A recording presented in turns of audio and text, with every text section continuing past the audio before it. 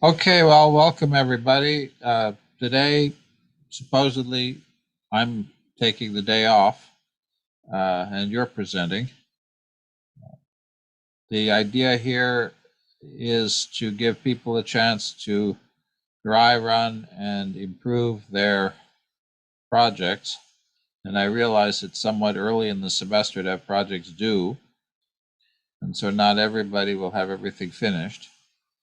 But I wanted to take today to focus on what people have achieved and what people are stuck with, and also, if people are a little bit further along, to begin to critique their projects so that we could improve them. We had a very nice discussion the other day in class that people had done this kind of critique work in other classes, and I hope we could find a way to make it work here. So I need to remind you, of course, that we're live streamed and recorded. So that's something, please be aware of that. So really today my plan was to talk about your presentations. I sent out a little rubric. I'm asking people to do two things. One, I'm asking you to make quick comments during the class on your classmates' projects. And I sent out a one-page sheet, which I've personally printed out so that I can take notes when people present. And we'll use that today and then also for the final presentations. I also am asking you to meet individually with one other classmate to review their project. And I thought about doing it pairwise so that one person, person A reviewed person B's project and person B reviewed person A's project. And then I thought that that might not work so well. So I'm asking you to do more of a round robin. If you can't do that, please do let me know, because it's really important that everyone have the courtesy of a review. And I'm asking you then to dig in more deeply to your classmates' project and really help them as much as you can do a better job. As I've said, these NanoHub applications are up. They're effectively publications. If they're good, people use them. You can have hundreds of users or even thousands of users. And so you want to make sure that whatever you have up is as good as it can be. And it's hard to understand what is needed if you do it yourself. And so the goal of this exercise is to make sure that there are at least two independent sets of eyes that have looked over the projects to ensure that they are something that you really want to be out there in the world.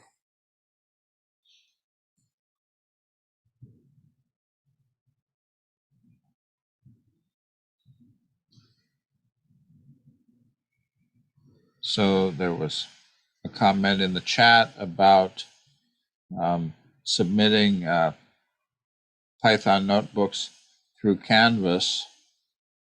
People have done it, so I'm not sure what could be causing a problem. If you're having a problem, one thing you might try to do is zip it before you upload it. But I know I've seen people submit and then and been able to download notebooks. If you're still having a problem with that and Canvas doesn't work, email it to me and I'll get it that way too.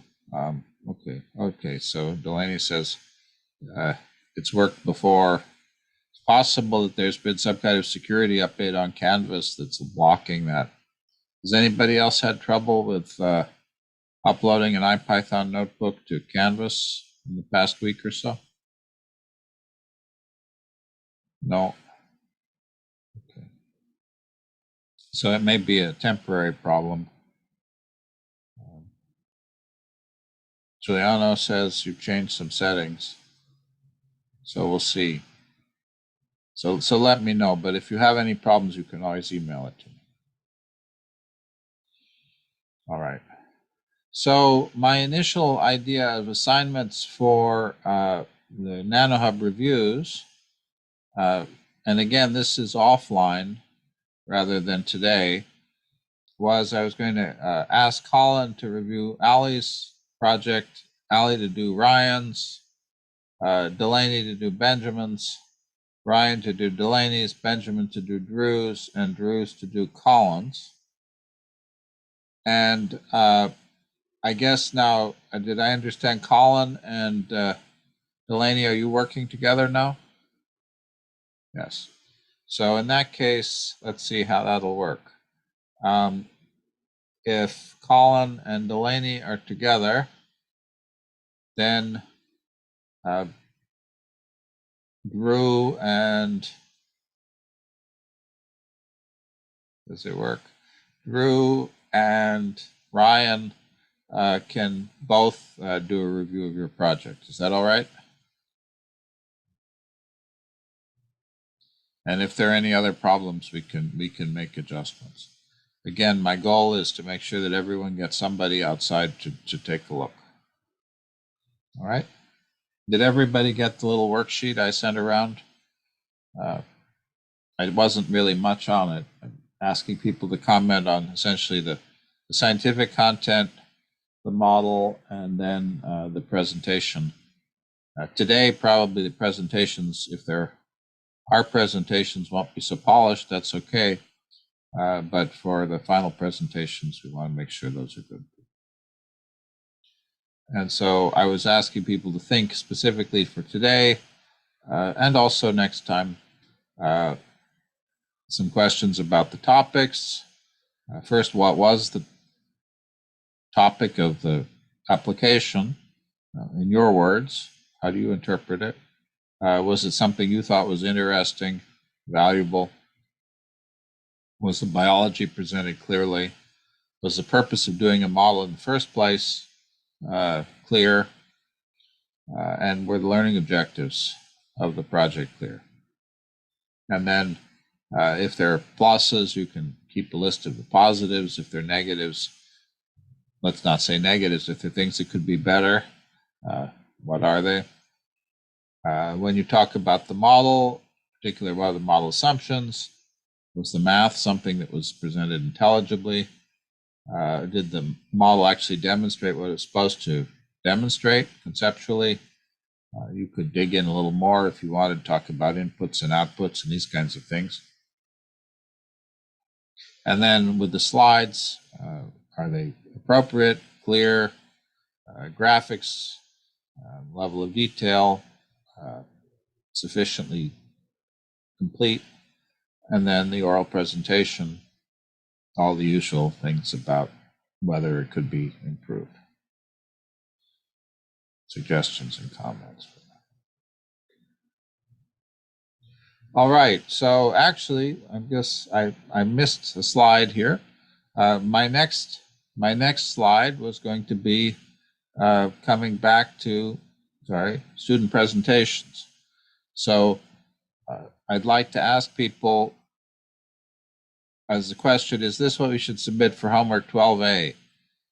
So homework 12A, yes, I was to fill out these forms, whether you want to do it by hand and take a photograph of it, that's fine, or whether you want to type it up is fine.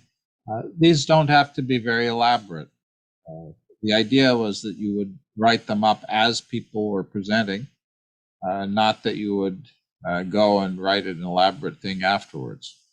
It was really just to help you pay attention to presentations and to get your quick feedback on how they went and how they could be better. And so yes, 12A was a placeholder in Canvas to upload your comments for your classmates. And classically what I've done is when I have all of those, I take them, it may take me a day or two to get done, I take them, I anonymize them. So I take all of the comments about the topic and I put them together. I put all of the comments about the presentation slides and put them together. And then I send them on to the person who's been commented on. which is why at the top it says comments on X. So please make sure that I actually know who you are. Well, I'll know that if you send it through Canvas, so I'll know that.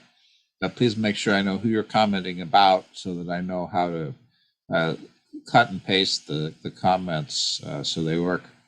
I suppose I could actually have created a Google survey that would allow you to put that information in without having to redo it. But with 5 or 6 people in the class, I don't think it's worth doing it that way. It's easy to do it by hand. Historically, the point of this was just to give you some feedback. Here. Again, in this class, we're going to have a little bit more formal feedback, one-on-one feedback from people as well. So with that said, even if since there was a due date today, even if you're not ready to present, I expect you to at least come in and tell me what you did and didn't do and where you're having problems. And we'll all work to try to help each other. If you are ready to present something, that's great. If you're not ready to present this week, you really do need to be ready to present next week, because we have to have 2 rounds of presentation for everybody. But everyone needs to say something this week. So with that said, maybe we should just start. We'll go around the room. Drew, do you want to tell us what you've got and let us see where you are with things? Okay, actually, I just figured out why I am no longer able to access my project on NanoHub. It's because it's saved.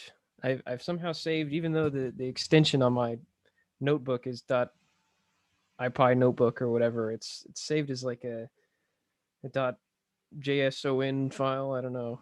Somehow something's weird there. I'm gonna have to figure that out. JSON but I can't even, file. Yeah, Right, I can't even open because it.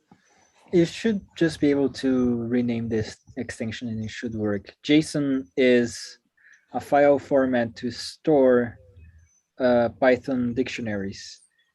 And a Jupyter Notebook is actually a Python dictionary, which is kind of funny.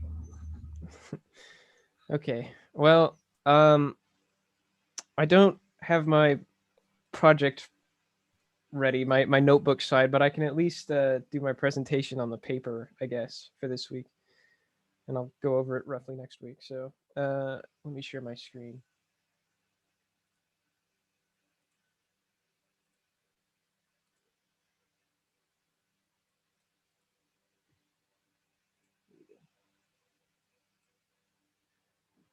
All right.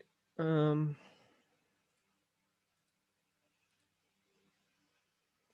right. So my paper that I reviewed was the Tyson paper on cell division cycle with the CDC2 and cyclin interactions.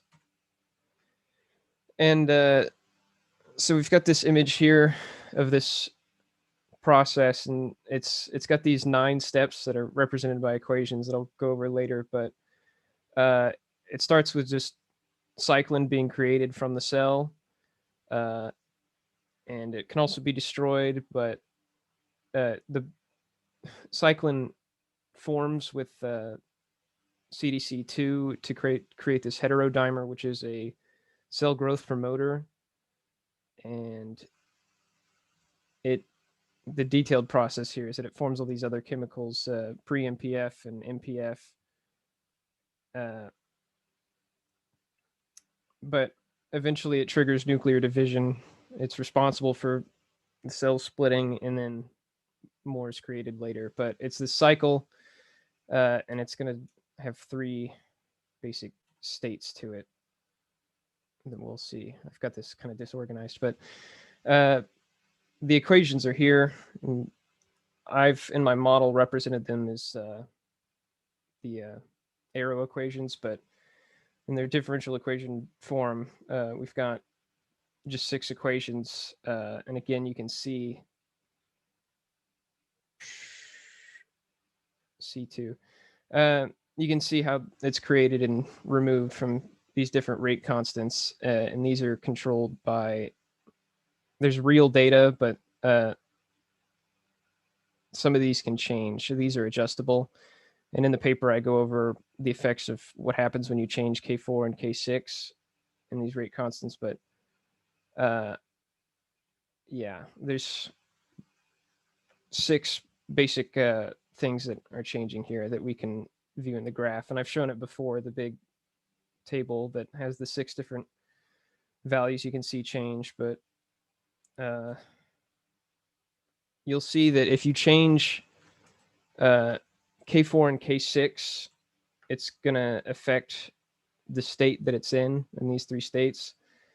And with like a really low K4, you'll end up with, well, really there's like an optimal value for both of them, and they've got to be in the middle. And it's going to have it oscillate. But otherwise it's going to die out, or it's going to die out in the other direction. But there's 3 different states. And whenever I get my paper working, I'll be able to show it better. But yeah, but that's what the paper at least has. And that's all I can show until I've got my notebook running.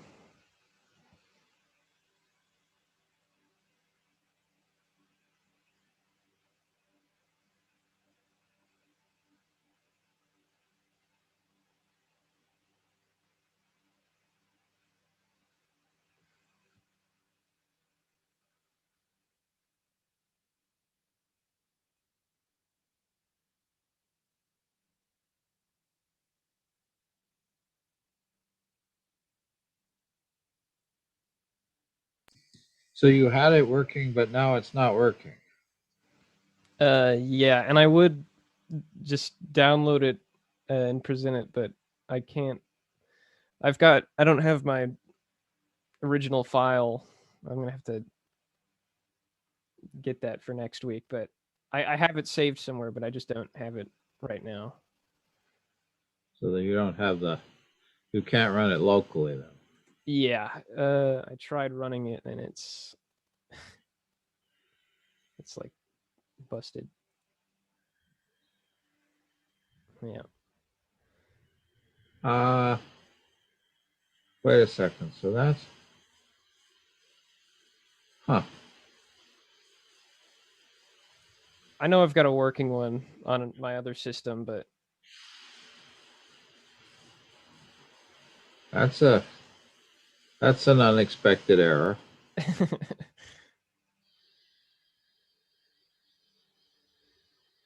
So that looks like an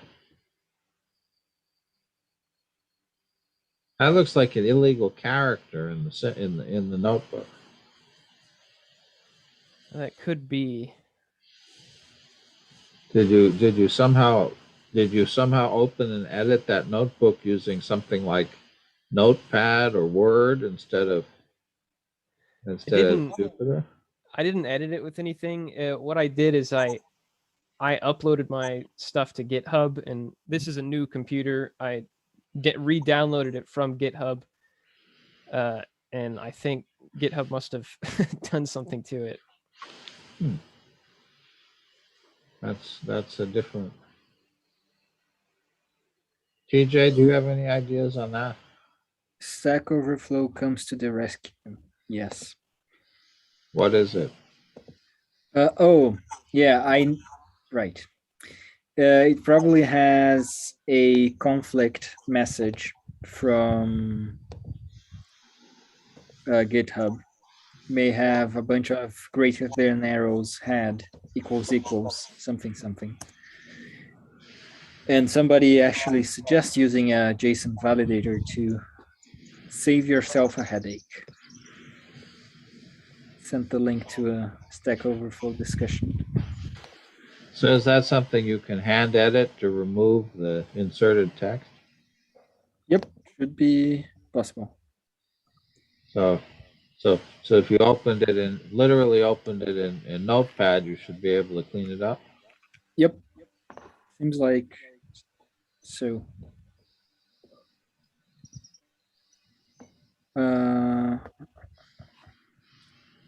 One of the answers is search for a bunch of different characters and do some replacement.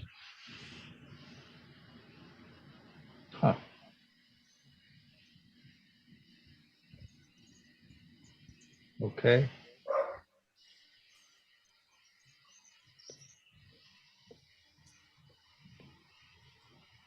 Yep, so that's what it looked at.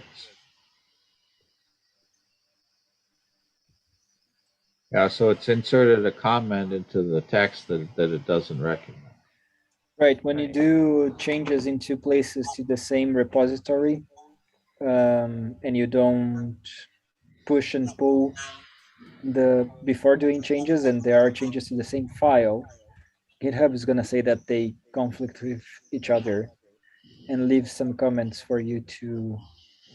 There are programs that help resolve the conflicts, but tells you where the conflicts are, and you need to solve them. Okay, well, this is. Does anyone else have this particular problem? No. Okay, Wow. Drew. Well, I hope. That'll Yes. take a while. I think I'll just get the other file from it's. There's a lot going on in there. All right. Well, at least it is a fixable problem if you have to. I'm just not sure why that happened when I uploaded it, but I'll have to see if I can try again tonight. Okay. Well, thank you. All right. So Ryan, you said you'd like to go next. Yeah, I could go next. Go ahead. Yeah, before I start, I would like to say that I was not able to upload my file on NanoHub yet, so I would be just running a locally sourced version of it.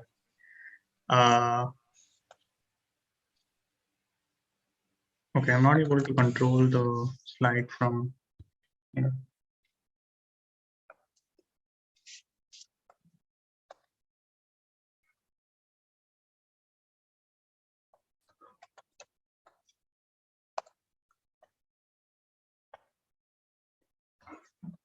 Okay. So these are the 5 papers that I worked with, and I'll just briefly go through all the 5 of them. So the first one is viral kinetics and axial droplet size affect indoor transmission dynamics of influenza infection. So on the right, we can see that this is a very basic SIR model, and below you can see that a few parameters have been like the ranges of parameters are mentioned, wherein for every one of those parameters like beta, it's probably going to range between 6.0 into 10 raised to minus 6 to 1.7 into 10 raised to minus 4. So this is something that has been incorporated into my project. So yeah, it's important to mention that. This is a second paper. This kind of talks about it kind of incorporates a socioeconomic side of epidemiological modeling. I'm sorry. So it basically talks about a 2-level optimization where on the first level you're trying to minimize harm, you're trying to minimize the number of casualties and which is basically deaths, and also the active cases in general. And at the second level, you're trying to minimize restrictions, because inherently any restriction that you're imposing on the population would lead to socioeconomic it's not ideal. So the model is being punished not only for the harm or the casualties, but also for for imposing every single economic restriction. So I found this paper pretty interesting, and they again they also deal with they talk about a few ways in which you could deal with the inherent delay in these models. This is a third paper. This talks. This again discusses an idea that is similar to the last one. Here you can see that the parameters keep changing every time there is a change in policy. So the blue node that you can see here, it CT, it is essentially a change in policy, and every time there's a change in policy, it kind of updates the values of the parameters. And one thing that I found really interesting about this paper is that if you just do this rigorously enough, if you keep changing these parameters uh, at regular, like at whatever time it needs changing, you can like do a very good uh, estimation, or the look ahead that you can do at any given point of time is just phenomenal. So they've taken a very simple idea and they have done a very good job with this. Uh, this talks about the same problem, but it proposes a mathematical way of solving that, and in that it basically talks about Rangekuta, which is RK4 method of kind of updating the values of the parameters from time to time. So yeah, that was something. And finally, this paper, it talks about in-host modeling environment, and here you can see that various stages of infection are kind of captured by the model. There's a stage at which interferons are like released, which is probably like a later stage, and there's an initial stage, and below, yeah, and below you can see the parameters that they have kind of fitted to the model. So this is something that I would eventually want to get at while working with what I have. Yeah. So now coming to what I had in mind when I was starting this project. There were like basically four things. First was the development of an LSTM model that could kind of mimic an SIR model in a simplistic way.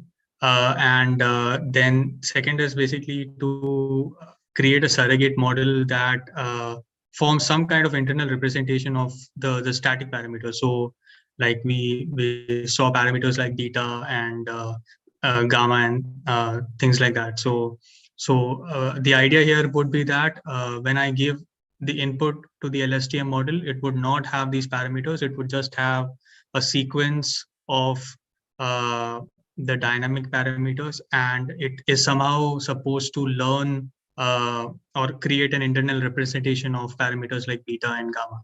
So yeah, that was the second step. The third step was probably to extend it in a way where so like initially the idea is that I give it like probably 5 or 10 time steps and ask it to predict the 11th or the 6th time step. So here in point 3, the idea is that instead of having a time window, you just give it the starting point or the first 10 sequences and predict the 11th one. Then since you have the 11th one, use your predicted 11th time step to along with like basically 2 to 11 to predict the 12th one, and so on. So that's the third step. So basically start from the real data, start from 10 time steps of the real data and predict everything else after that. And fourth point is, yeah, again, to kind of explore the practical applications of such models in both in in-host and epidemiological modeling. So yeah, coming to the data generation part. So I used a Telegram script to generate like about 1,000 simulations of SIR models. So like these are the ranges in which those parameters value. So basically what it does is that it randomly selects a value from within these ranges for all the parameters, and using these parameters, it creates a SIR model. And so like 1,000 of such models were created. So now coming to the data preparation part, that 1,000 models have been divided into two parts. One is for testing and one is for training. So there are around 900 simulations for training and around 100 of them are for testing. This is to scale it. So you can see that the numbers are like, I mean, they vary in a, the scale of their variation is very different. So it's important that if you want to train a model and a recurrent neural network, you need to have some kind of scaling. So I've used a standard scaler here. Finally, what I'm feeding the model is this. It's basically 900. This stands for 900 simulations.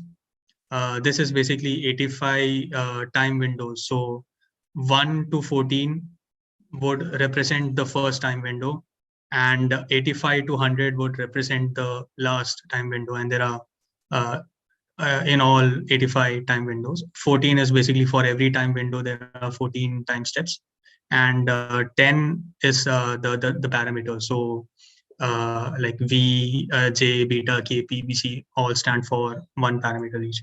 So this is the architecture of the model. It took me a while to get here. I started from a pretty different model. This has roughly 7 LSTMs stacked on top of each other and 2 dropout layers. It's a deeper model, and it's thinner, and the total parameters are 322,593. So when I got to training, I started with an initial loss of about 0.359 and ended with something like 0.0074. So there has been a convergence up to some level, but it's obviously not very phenomenal. It's like it's decent. So this is how the loss convergence looks like. Yeah, now coming to the most important part of the slide. So this is where I plotted the performance. Again, in this LSTM, I am just trying to predict one of the 4 dynamic parameters. So there are T, I, V, J. The plan is to have 4 LSTMs for every single one of those parameters. And at this point of time, I'm just trying to predict V, which is viral titles. So these graphs, the red refers to the predicted values of V, and the green refers to the actual values of V. So on the left side, you can see the times when the model did pretty well. And it's not like it's doing one thing and just like, it's not just, you can see that it's kind of learning the dynamics of the way it's moving. For instance, this is like a very rapid decay, and here it's like it was rightly able to identify that there's a delay and kind of mimic it pretty well. And on the right, you can see that there are a lot of times when it is not able to do well, and it's just randomly predicting something. So definitely there's a lot of scope for improvement there. Some of the problems that I faced, the first problem was that of an exploding gradient. So since there are LSTMs stacked on top of each other, when you back propagate, sometimes it just gets magnified and becomes a very huge number. So I used gradient clipping to take care of this problem, and it seemed to work pretty well, seeing that there was no explosion in this graph right here. So yeah, it seemed to have worked. The second problem that I faced was that initially I was using this method where I was concatenating all the 900 sequences and padding them. So the model has the added and I would say unnecessary burden of kind of learning the transition from one simulation to the other. So I found that there was no need of doing that, and there was a much better way of doing it, wherein you could just reuse the model.fit method and basically consider every single simulation as a separate batch. So yeah, and again, there were a lot of changes that I had to make to the network architecture to get this result. So yeah, one was using of the ReLU function as the activation function for each layer. Yeah, so the four things that I would want to do at this point is, obviously I'm predicting only one of those parameters. I would build three more LSTMs and have them predict the entire sequence of TIJV values like collectively. That's the first thing. Second thing I would want to do is I would like to explore some of the variations of hyperparameters. So attention span is like one of the things that I would want to change.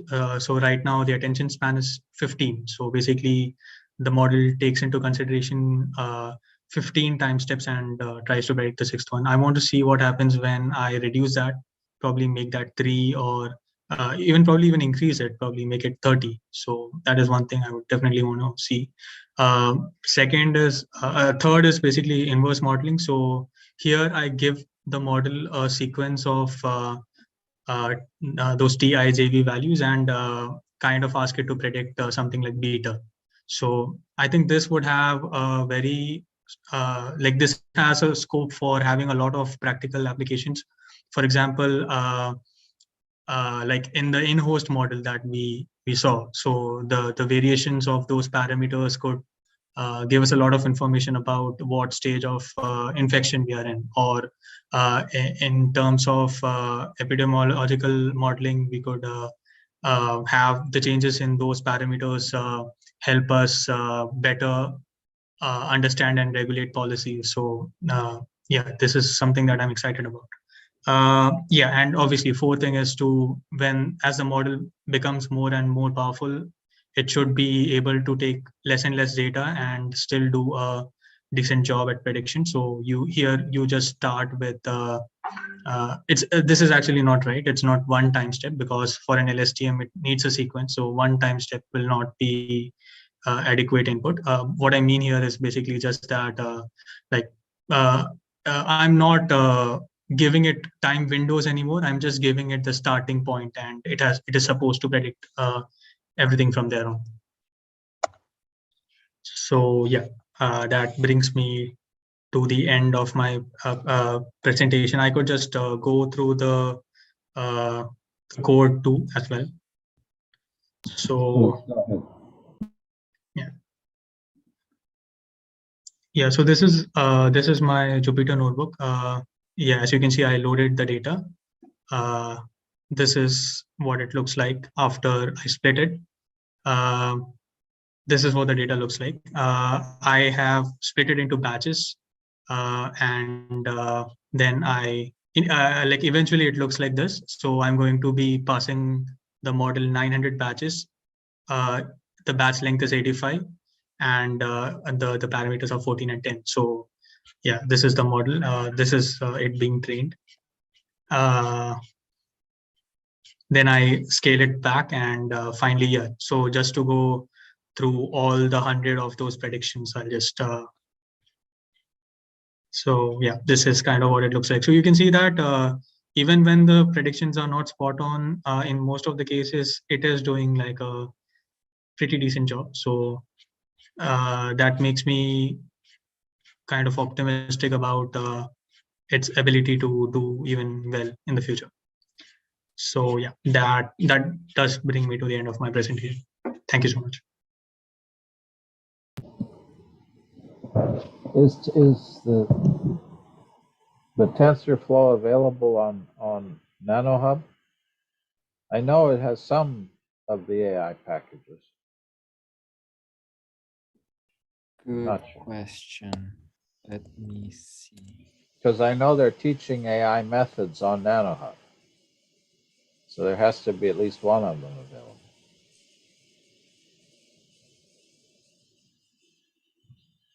If not, we could always put it up on Colab instead of NanoHub.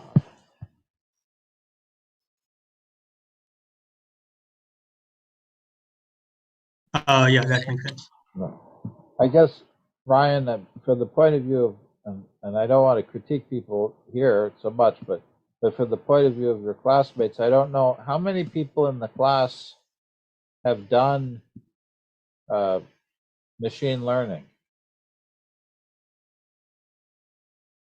So Drew has Delaney, Benjamin, Ali. So you have also, okay, Delaney also. So in that case, everything is familiar. If he says long-term, short-term memory network, you know what that means. Or hyperparameter, you know what that means. So okay, so it's somebody says it's pretty well. So in your comments for your quick comments, if there's terms that should be defined. In other words, gee, you need a slide to say what an LSTM is. Or perhaps in your slide on this, you could put in a definition of such and such. Those are very helpful comments as you're trying to work up your full presentation in your notebook. And I'm not saying that Ryan particularly needs that versus someone else, but just as since he's the first person to do a formal presentation, I'm giving you some pointers about the things that you could point out in your comments that might help improve the presentation. Yes. So, but that's fine, thank you. So we do need to find out if that's actually runnable on Jupyter notebooks. I mean, not Jupyter notebooks, on NanoHub Jupyter notebooks. I've just tested from inside Tellurium and TensorFlow is there. Okay, so it works. Somewhat outdated, looks like. It's 190 and Ryan's using 2.6. So I guess then it's a question of, are there features that are in the, are there features that, I don't know if you can test it out by rolling, is there a rollback where you can tell it to use an older version? Otherwise, I guess we'll find out, or we'll have to ask NanoHub to upload a newer version.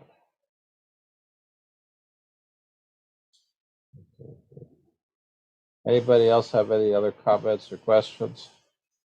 Again, you have your worksheets to make suggestions. Okay, who would like to go next? Remember, everybody has to say something, even if you come on to say you haven't done anything. Benjamin, great. Please take it away. Yeah, okay. So my laptop appears to be falling apart in my hands. So, I'm all for poetic metaphors, but I hate when they happen to me. So if I drop out in the middle of the presentation, it's because my laptop has exploded. Can you hear me? Okay, good. So in retrospect, it would have made sense to have had slides for the presentation. I didn't realize that we needed that. We should have had slides. But so this is the paper that my project is based off of.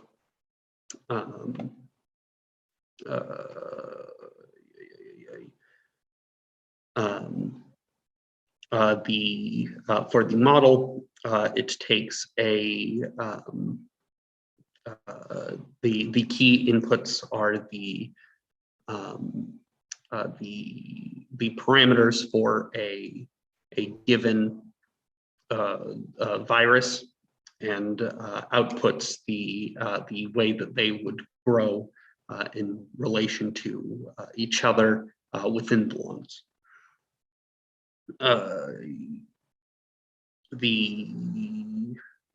The paper is about the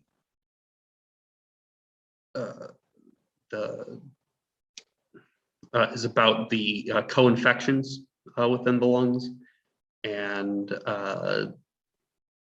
it makes a couple of very mathematical statements with the model. The biggest thing is that it ascribes a very relatively simple viral it's in viral kinetic model for each individual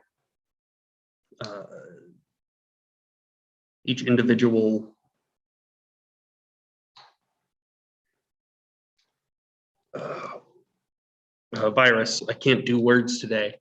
And then the model puts those together and assumes that the only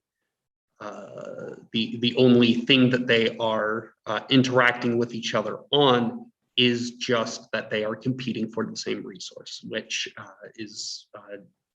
the paper recognizes is an incorrect assumption to make. But it is focused on just the matter of competition for resources. So then this is my NanoHub app. I will put that in the chat.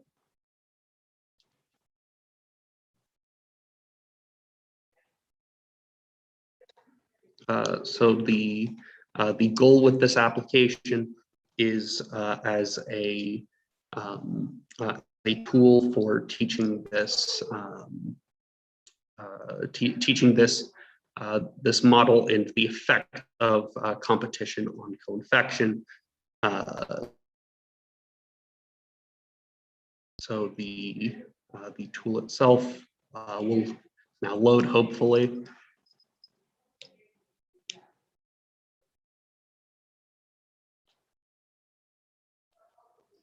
So everybody, please try to launch it. I'm doing it as we speak. Everyone should try to see if they could get it to run. So it always opens for me in the edit mode. So I don't know if it will open for other people in the app mode. So I would actually like to see direct feedback on that one. And then, so for my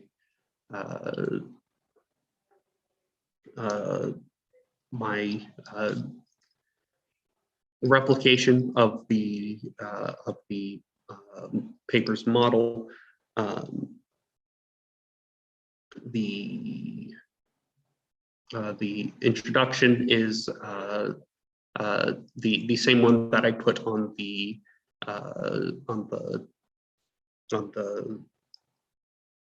web page for opening it up. Just that I thought it was a sort of a good hook on what it is trying to explain and to teach.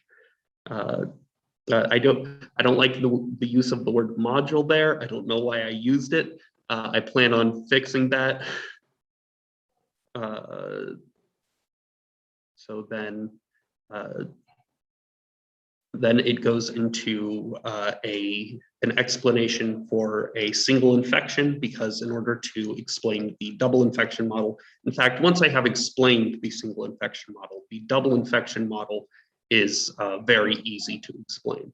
But so there's an explanation for the single infection model, which is the sort of the most important part of the application. And then because I want this to be a tool for learning for someone who is not very familiar with the ideas behind simulation and viral kinetics, I take a lot of time in making sure that I explain the model in a way that is easy to understand.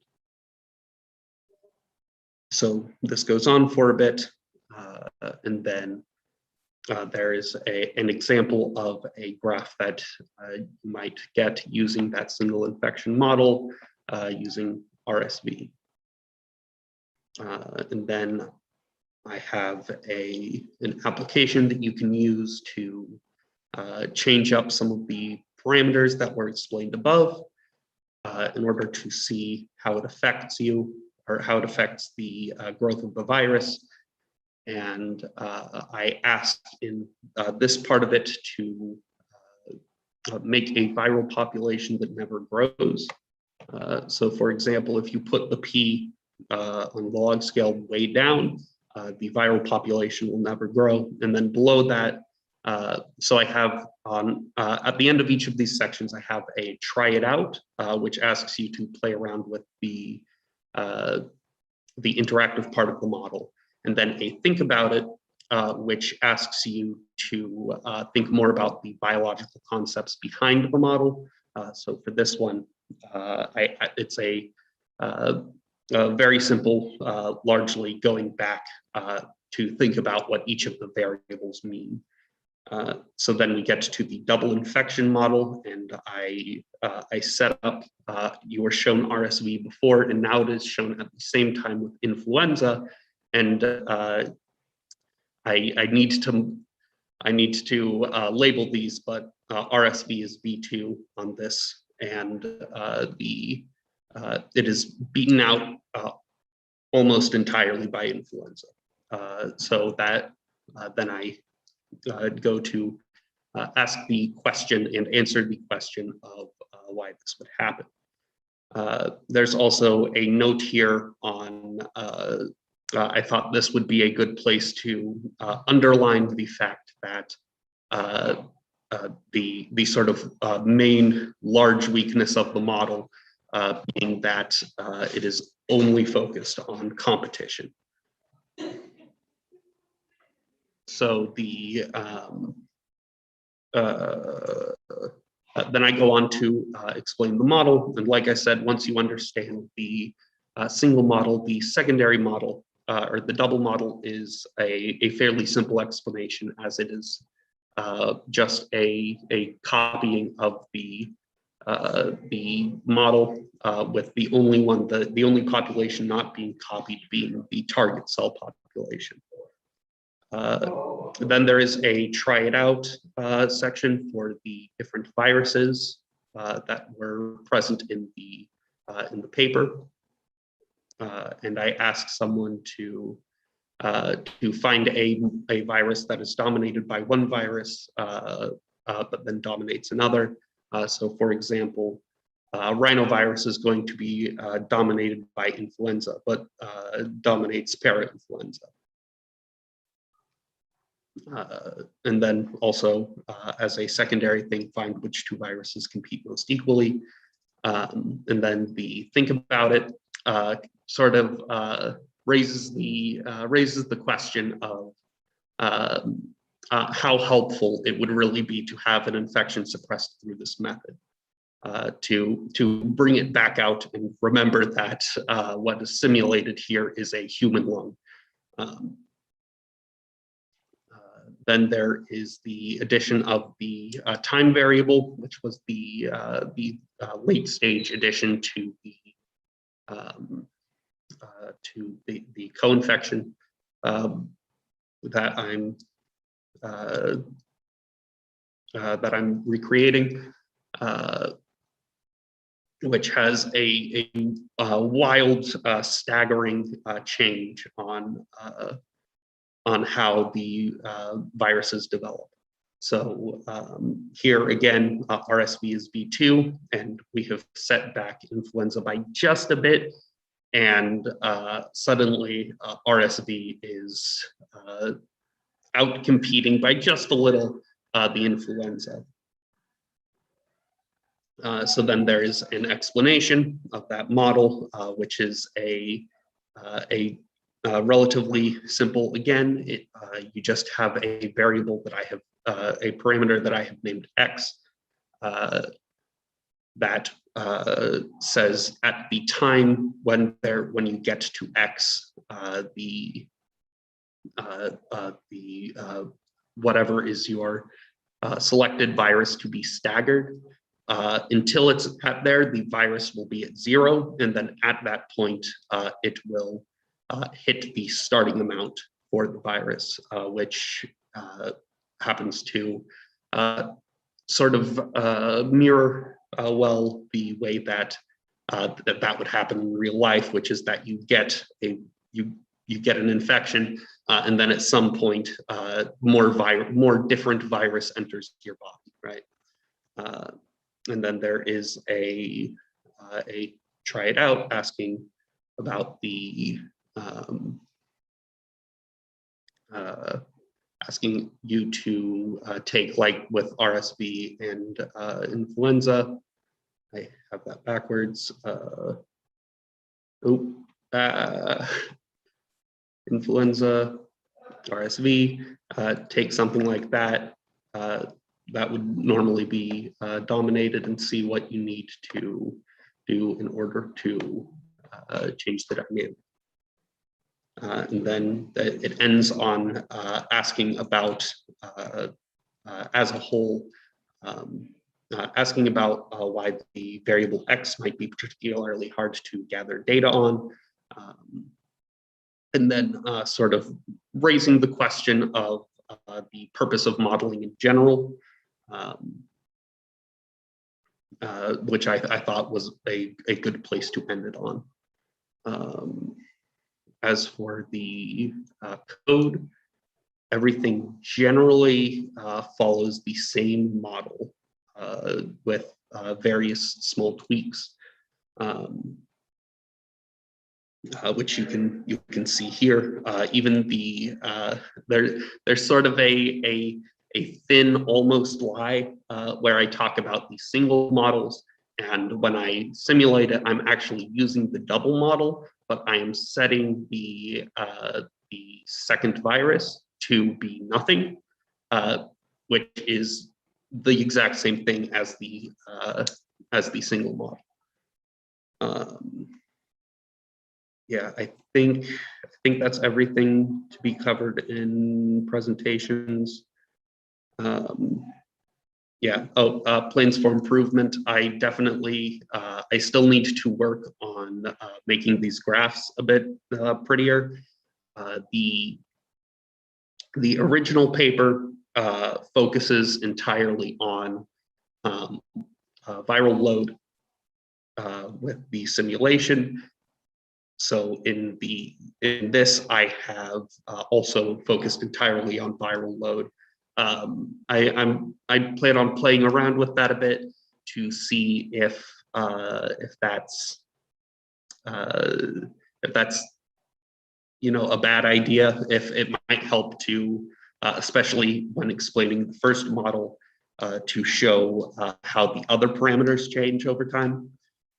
So there will be some of that.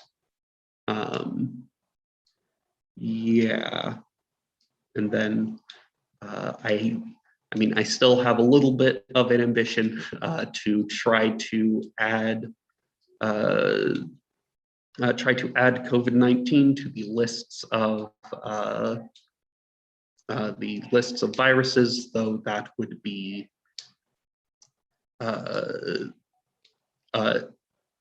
it wouldn't really serve the purpose of the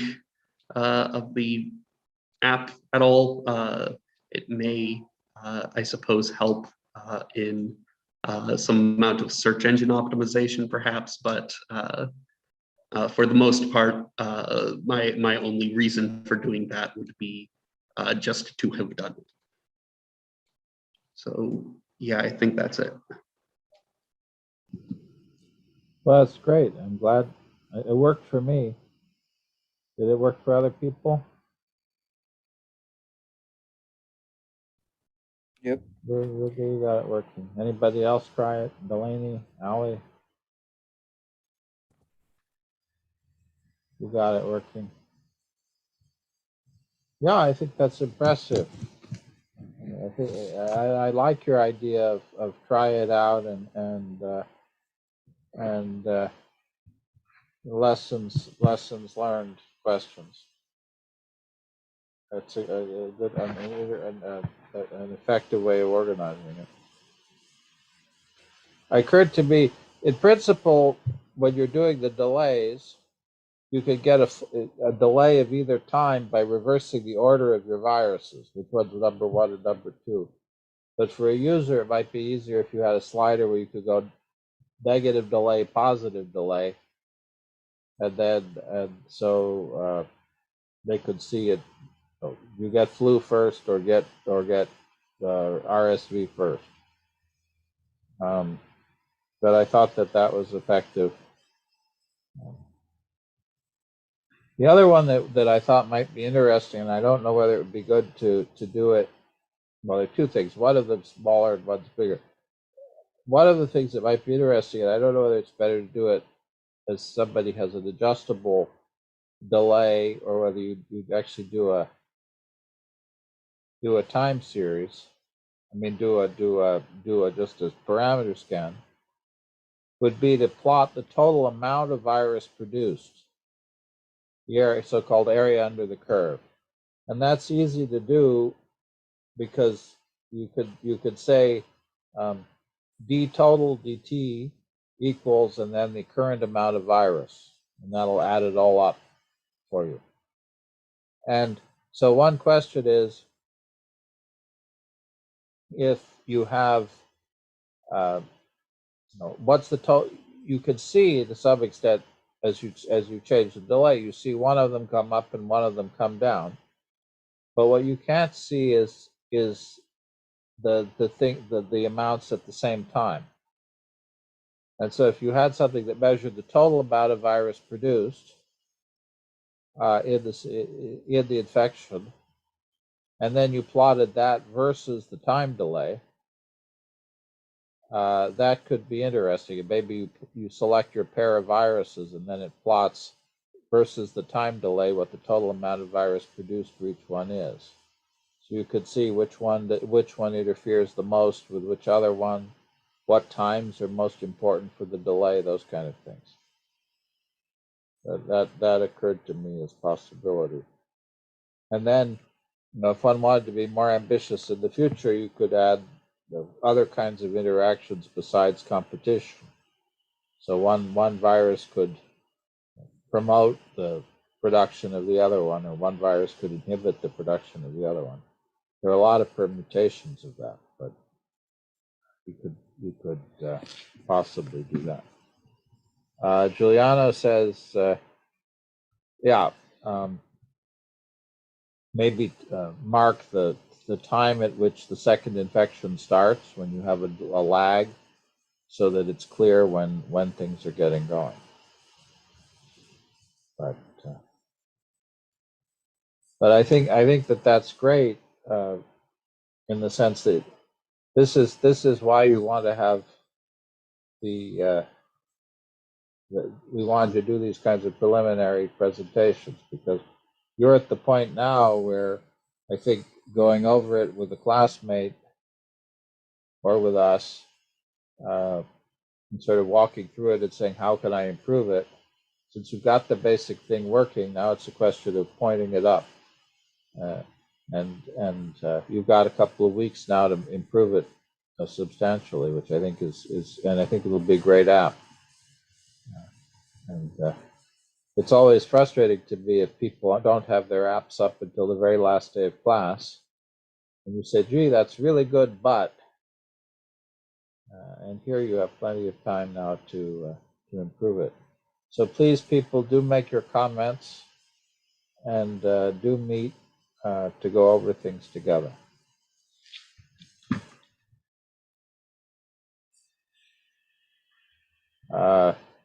Giuliano suggests you could have a linear log scale as well, and that could be as a bit of a side note to the linear log scale. Originally, I did want it to be in the linear log scale, but I don't know what the problem was, but whenever I use the linear log scale with an app with the widgets, it went funky. So I ended up not going linearly. Well, so one thing you have to remember when you use a log scale on the y-axis is that 0 isn't allowed. And so you can't auto-scale the y-axis. So if you use a log scale, you have to use a fixed range. You can't auto-scale the range, or at least you can't auto-scale it on the downside. So you have to set the minimum value to 0 on log, or minimum value to 1. Or you could add 1 to the value. But it doesn't like a 0. So you could plot log of 1 plus the constant, the amount of virus. And that's a good, also a way to truncate it. Good point. And if you want to meet one-on-one with me too, I'm happy to do that. But first meet with your classmate first, and then Juliano's in Brazil at the moment, but I'm sure he'd be happy to find a time to Zoom from Brazil to go over it. Great. Other comments or questions?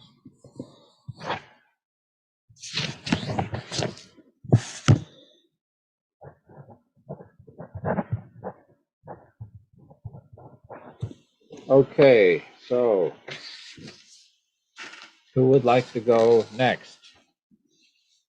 We've gotten through Ryan, Benjamin, and Drew. Allie, how are things going? I'm not gonna lie, I haven't made that much progress on my project because I was gonna work on it over Thanksgiving break, but I actually got COVID. So I was bedridden for most of the break. But I can give a presentation next week if that's okay. Well, I'm sorry to hear that. That's not good. It's okay. I'm better now. I'm out of like isolation and everything. Well, it's not what you need over Thanksgiving is to be in bed with COVID. I hope that the recovery is complete and quick, because I know it can linger for some people. Yeah, my symptoms weren't that bad. Mine I honestly like headache and fatigue were like my worst symptoms, but yeah. Well, I'm sorry. I know you've had other things too. That it seems that the last thing you need is to get sick. Sort of an irony to catch COVID when you're in a class on respiratory infection. Yeah, I mean, I'm like glad I caught it over Thanksgiving break rather than during like because I didn't actually have to miss any class and it like fell, I guess, but it was very inconvenient because I was going to use the time to catch up on a lot of things and I didn't get to do that. Well, nobody's going to blame you for being sick. So just the important thing is to get enough rest to recover, and I hope that nobody else got it, and that you get better quickly. Okay, so I guess Colin and Delaney, where are things with you?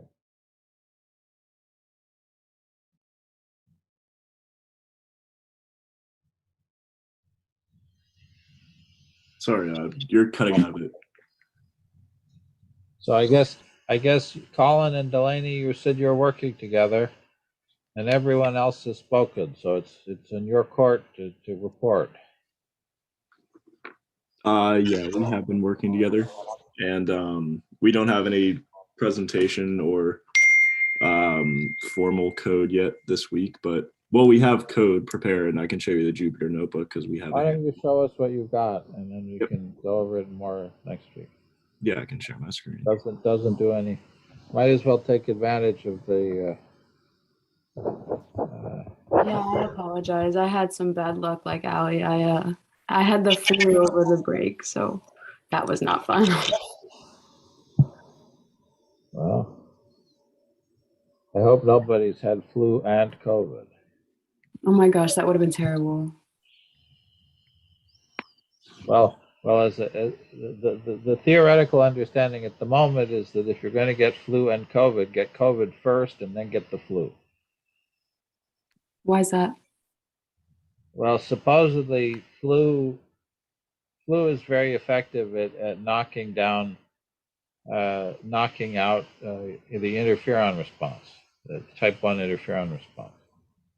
And so in the case of flu plus RSV, for example, if you get RSV first, it's somewhat protective against the flu. If you get flu first, the RSV, which is normally not that serious, can become lethal. And I don't think there's strong evidence yet, but in principle, and COVID may knock out interferon as effectively as flu. But at least in principle, flu before a second virus can be very bad because it can potentiate the second virus. In the example we just saw, which Benjamin was showing us, the viruses always interfere with each other. So the first virus always is going to reduce the infection of the second virus. But in reality, at least with flu, getting flu can actually make the second virus worse. Doesn't always, depends on the time delays and the details, but at least in some cases, getting flu first can make the second virus lethal. So that means stay away from Allie. Might be a good idea. But for both of you, if you've had flu or COVID, you should really not be around people for a while. I mean, for COVID, you can be infectious for 10 days to 2 weeks. Flu, you can easily be infectious for a week after you've had it. So it takes a while to clear it, and you can feel better and still be infectious. That's one of the problems. But on both ends, of course, you're infectious after you've been exposed before you start feeling sick for a couple of days. And then on the tail end, you're less infectious because viral loads are lower, but you can still be infectious. It takes a while to clear it. And with flu, it takes at least 8 days before you start really getting rid of the stuff. Unfortunately. It doesn't seem to be, as that little model which we never seem to finish building in class shows, it takes 8 days before you clear flu. Okay, so back to you, Colin. You and Delaney, go ahead. Yeah, I mean, we can just kind of briefly go through the few things that we have. So we introduced the obvious, we're modeling the HIV virus, and we also plan to model some prevention methods and techniques for the spread of HIV. And so we go through a bit of the biological background. I mean, Delaney, if you want to talk about it also. Yeah, so we basically go through and talk about how HIV is a blood-borne pathogen, which means it's spread through blood and the membrane mucosa. So basically, if you scroll down a little bit, sorry. Basically, we showed that you can get it through sexual intercourse, from mother to baby during childbirth, blood transfusions if the blood is infected, and then non-sterile needles or any tools that would poke the skin and draw blood. And then if you scroll down a little bit more, we also show ways that you cannot get HIV through toilet seats, like public water fountains, all that stuff, anything that would not be blood-to-blood contact. And then we go into what HIV does within the body. So basically some biological background on what's happening in the models. So HIV affects the white blood cells, specifically T cells, and even more specifically CD4. And CD4 plays an active role in activating and suppressing the immune system, which is why it's called the immunodeficiency virus, because it goes in and targets the cells responsible for activating it. So as the infection progresses, your white blood cell count is diminished almost to nothing, and which sets on AIDS, and which sets on the, basically the lethal part of the infection, because you can't fight off any small infections that come your way. And then we go into why it's important, because so many people are infected, and 1.2 million people are currently have HIV, and 13% of those people don't even know that they have it. So I was gonna I haven't implemented this yet, but I was going to implement the effectiveness of condom usage because I found an article that showed that condoms were 95% effective from preventing the disease. So based on how many sexual partners you have and how like the chances of you contracting it, and then possibly introducing like the idea of mitigated testing, but that obviously would never be like a functional idea because people will refuse testing and people won't, like, you can't make someone get tested obviously, but I just thought that was a cool idea to see if we could analyze the spread. And then we have the mathematical representation, which is more Colin's side. You can take it away. But, yeah, we kind of just talked about like the paper that we were referencing, which was by Atula and Mohammed Saeed. And they basically just look to model the behavior and like the quantity of the viral load of HIV within a host based on the different biological parameters they had set. And so I kind of I took something from one of the projects that I had analyzed before, which was the general SVIR model of COVID. And that basically introduces what viral models are and how like network models work in general, which I thought was useful. So I basically explained the basics of a simple S to I model and how those differential equations are written up and basically what the parameters mean and how they can be changed and how they might affect the model overall. This screenshot that's not showing up is a diagram I had made of an S to I model showing the arrow pointing in the direction from S to I with the equation beta times S times I on it, which is something we've had in class, and I think a good way for users of this application to basically understand these mathematical models a little bit better. And then I talk about the complexity of, or how they can increase in complexity basically and go from simple SI to SIR models to very complex and include things such as, viral death, vaccinations, quarantining, stuff like that.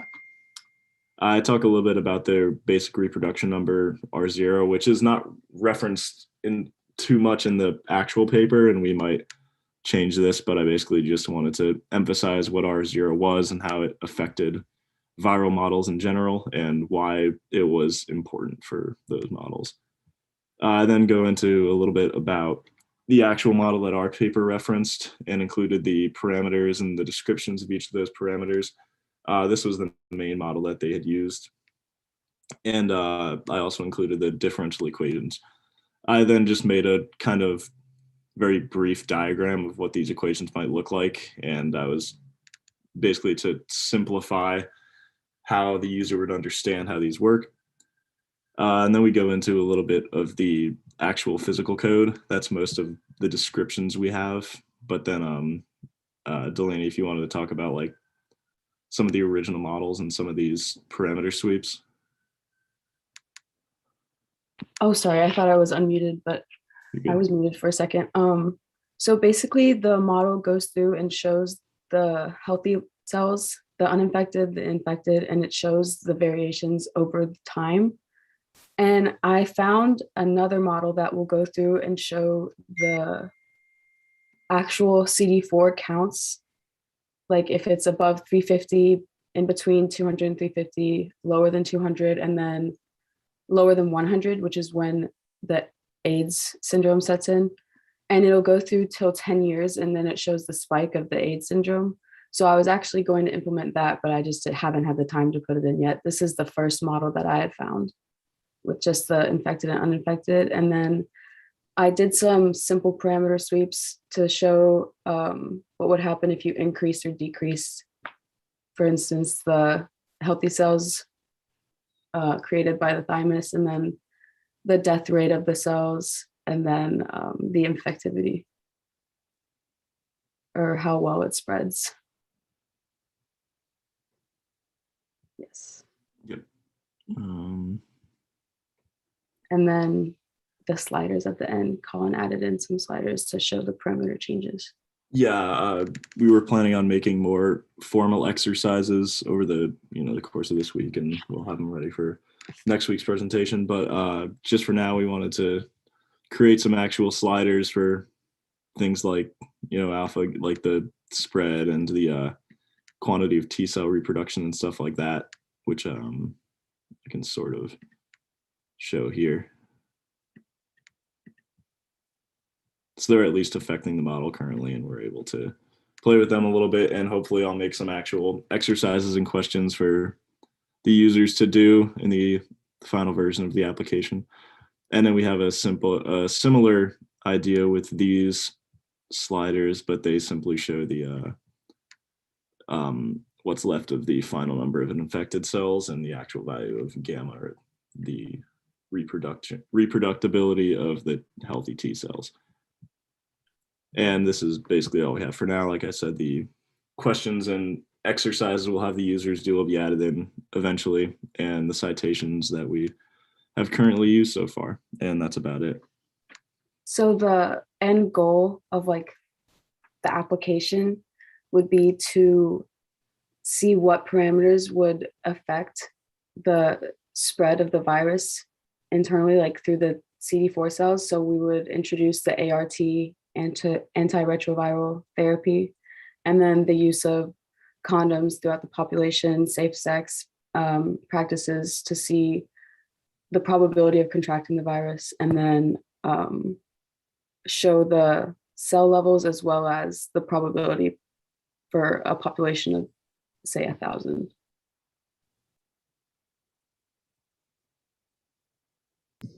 Well, it's ambitious. There's a lot of interesting things there. It's always there are a couple of things I'd say. Yeah, I think modeling an antiretroviral treatment is interesting. The antiretrovirals, there are a couple of questions. The first one is, when do you start giving it? Because when they were first developed, they were given only after the onset of AIDS. Right. I found a model that had they assumed that they had started giving the treatment after they had already had moderately severe symptoms. So like the CD4 cell count was around 200, which is when they classified it as a mild infection or a moderate infection. And then they also ran a simulation in which they only did it after they acquired AIDS syndrome. So there were two that I could pull from, but I'm still pulling apart the ODEs because they're kind of a lot. Right. Well, even in the example you have here, I mean, the antiretroviral effectively reduces the replication rate of the virus.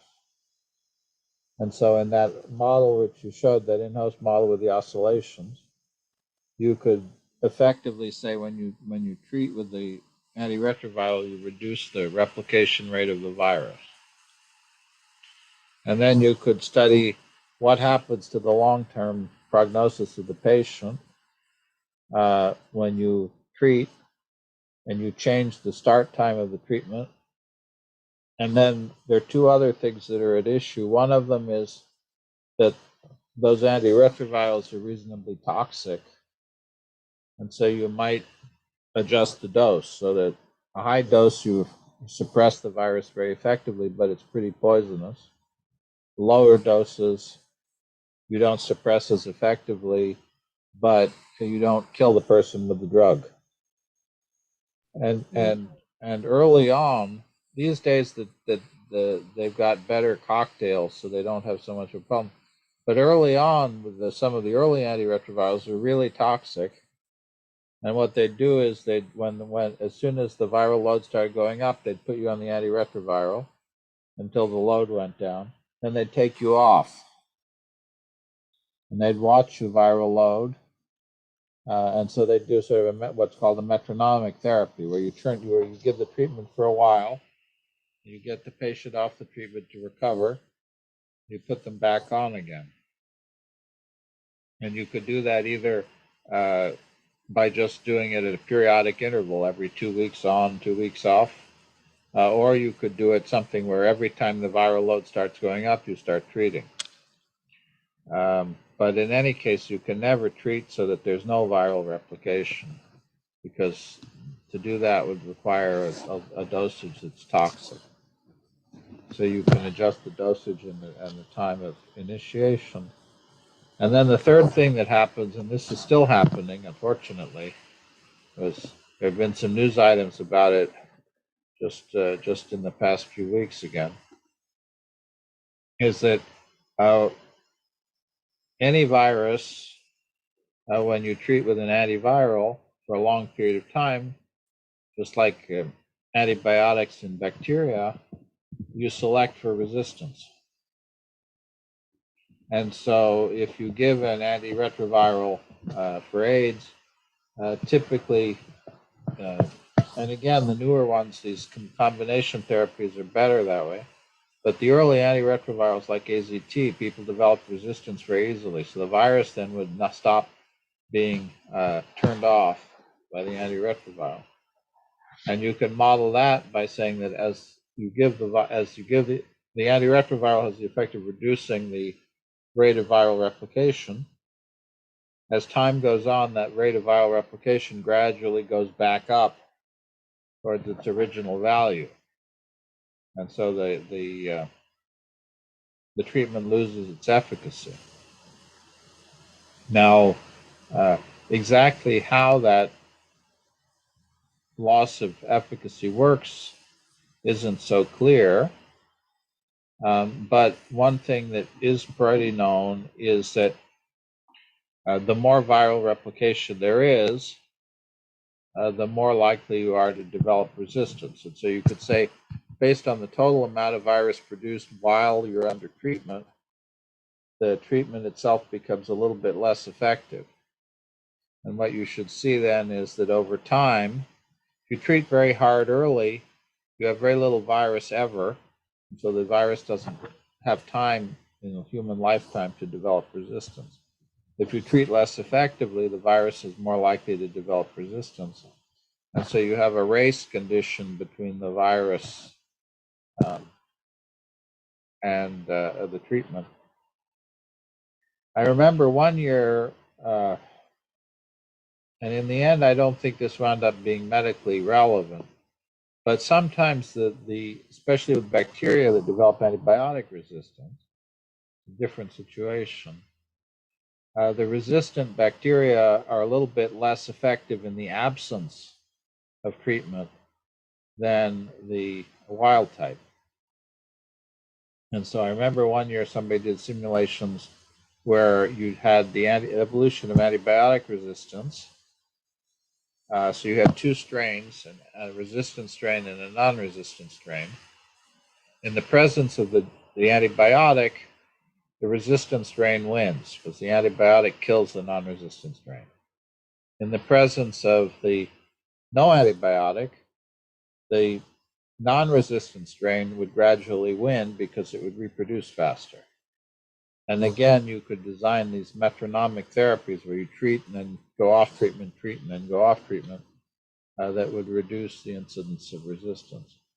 So those are all things that one could do with the kind of base model that you've talked about. The other thing that you talked about doing was trying to connect these in-host models, what's going on inside an individual, with a population model of how individuals infect each other. And that's a very interesting and timely thing to do. It's not trivial to get it to work. And so if you have, I don't know if that first paper just talks about population models or whether they actually look at a combination model, a multi-scale model with in-host and population kinetics. You could certainly say, if you treat in this way, then the viral load in your patients is this, and then put that into the population model. But it's a little trickier to try to actually combine the population models with the in-host models with the population models. And that's to some extent a limitation of tellurium as it's implemented, because it only runs one replica of the simulation. And actually, Juliana, that's something one could do rather nicely. If anybody takes my class next semester, I hope at least a few of you will. We're going to be doing agent-based models, spatial agent-based models, and this would actually be a really nice example that you could do in CompuCell. Because in CompuCell, you could load your in-host model. You could say each one of your agents represents a person. You could load 1,000, you'd have 1,000 people. You could load that in-host model that you developed here into each one of those separately. Then you could have the people run around and interact and have a probability of infection that depended on the viral load. And that would be a way of actually implementing a 2-scale model of that kind. With the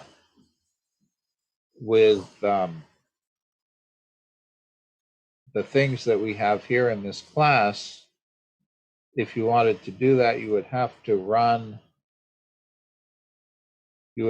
use a Python to create. I'm trying to think, Giuliano, how can we create instances? You'd basically have to create, a population. You could create a dictionary, for example, or a list, a dictionary, well, either a dictionary or a list with individuals in it. Then you'd have to keep rerunning that tellurium simulation to calculate how the viral load in each individual changed in time. And then you'd have to do the infection model in Python, I think. But that's something that combination model is definitely something we could do with CompuCell next semester. It'd be sort of a fun one to do. I'm going to make a note about that. Awesome.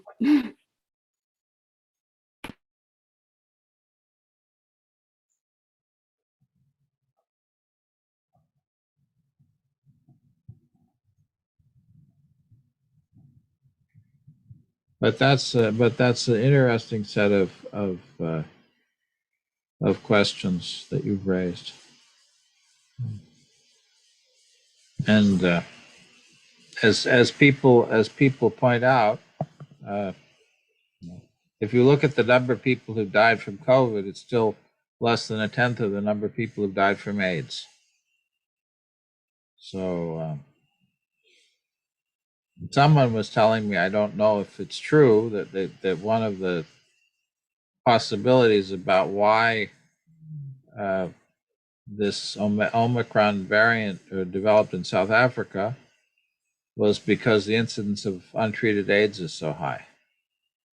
And so if you're immune suppressed, then you can have a viral infection of COVID that lasts a very, very long time.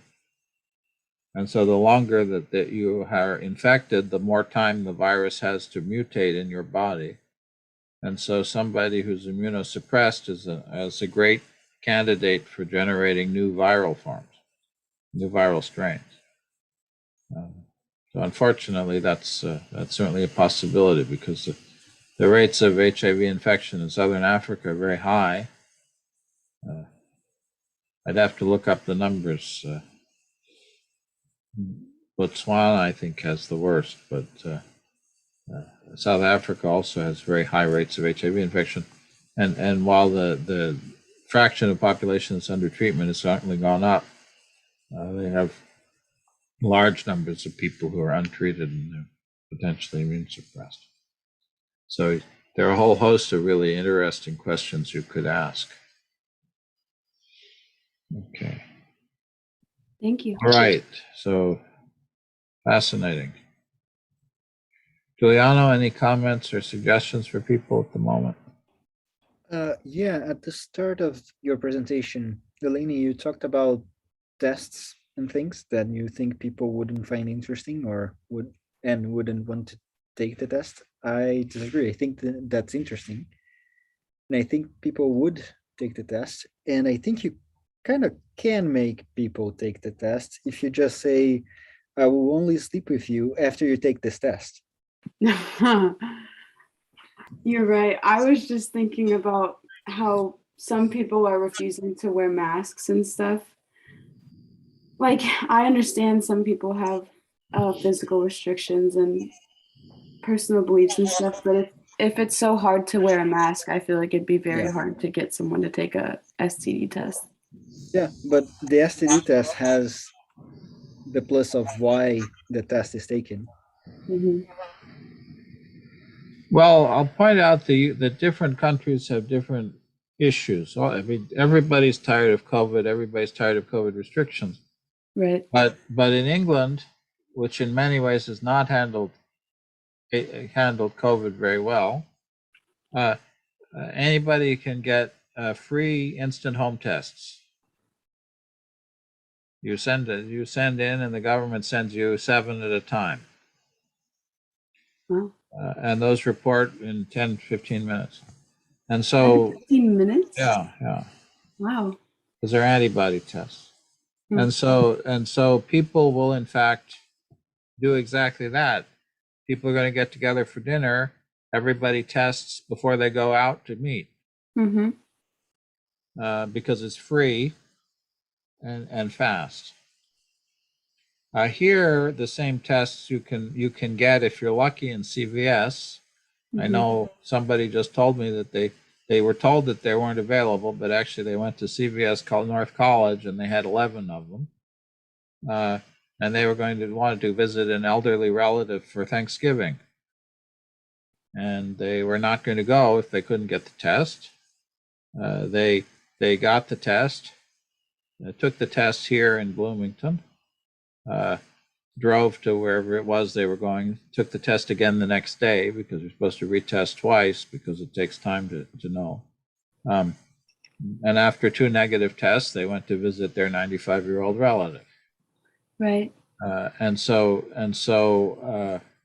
I think if the test, I mean, it's not that everyone would do it, but I think if free testing were available and relatively convenient,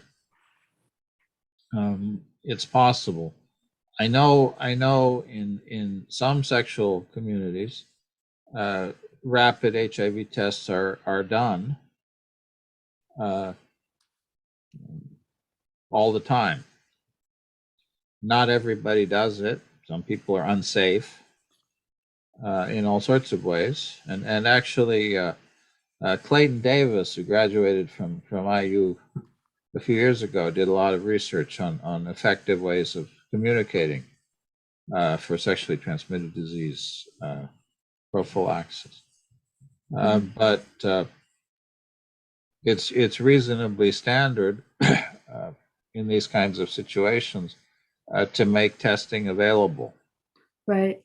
So in some sex club in New York, when they have a coat check and they have an HIV test, and of course a lot of people don't do it, but it's available to people, and probably that in a situation for something that is just like a sexually transmitted disease, as Giuliano says, there's probably motivation, provided it's inexpensive. The fact that it's a blood test makes it a little harder compared to a saliva or nasal swab test, since you need blood. Mm-hmm. But of course these rapid tests aren't perfect, but they're not bad. And so in a world where in the case of HIV, of course, there's also prophylactic antiretrovirals. So there's PrEP. And so combination of PrEP and testing can be quite effective in reducing incidence. Right. I wasn't saying that like we should not test or anything. I was just saying it would probably be hard Oh. to implement like mandatory tests for like 18 and older. Oh, I think well, and the question with a test is the test tells you that you're not positive now. Right. It doesn't tell you that you're not infected because the tests have a threshold. So it does, and it certainly doesn't tell you you're not infected, not infectious tomorrow. And so it would be hard to mandate. Well, for HIV, maybe you could have some kind of mandate, but even there, it would be hard to mandate the tests. Right. But if they're available freely, you could definitely model the question of if people did testing on a regular basis, what would the effect be? And I think you'd find that the effect would be pretty big. Mm-hmm. My I don't know if she would appreciate me sharing this, but my sister's a nurse on the COVID unit in Arkansas, and she recently, like last year, had an accidental finger prick on a needle, and she had to get the HIV/AIDS tests done, and she was like all worried about it, and with reason. I would have been crying like a baby probably. And she's negative, she's fine, but like she had to do one test, a blood test, and she had to wait 2 months and do another one. So I know how extensive it could be to wait, because it has to develop first, and then they can test again. So I know there's a wait time as well. Well, HIV is a slow disease, so it takes time. You test negative for 2 weeks after you're infected, typically. Right. That's why she had to go back after like 3 months or something. And then you can test negative again because your levels can go down as you saw in your oscillations, they can go down very rapidly because your body fights it off and then clear. So HIV is sort of special because it's got these long time scales and these big oscillations. But they also, when PrEP was introduced to try to reduce HIV transmission, there was no understanding of how effective it would be. The initial tests suggested 90% efficacy, 80% efficacy. And the worry was that people who were taking the prophylaxis would then not use condoms and engage in a lot of unprotected sex, and that there'd actually be an increase in incidence of HIV. And that hasn't been seen. Even though there has been an increase in unprotected sex, it winds up that PrEP is more effective than they expected, although people develop resistance to it, and then they can spread it. But in general, the incidence of HIV in the United States has gone way down since the introduction of PrEP. The other thing is that if you get a finger stick, they'll put you on antiretrovirals immediately. Right. What's called post-exposure prophylaxis. And it's rather surprising to me that works.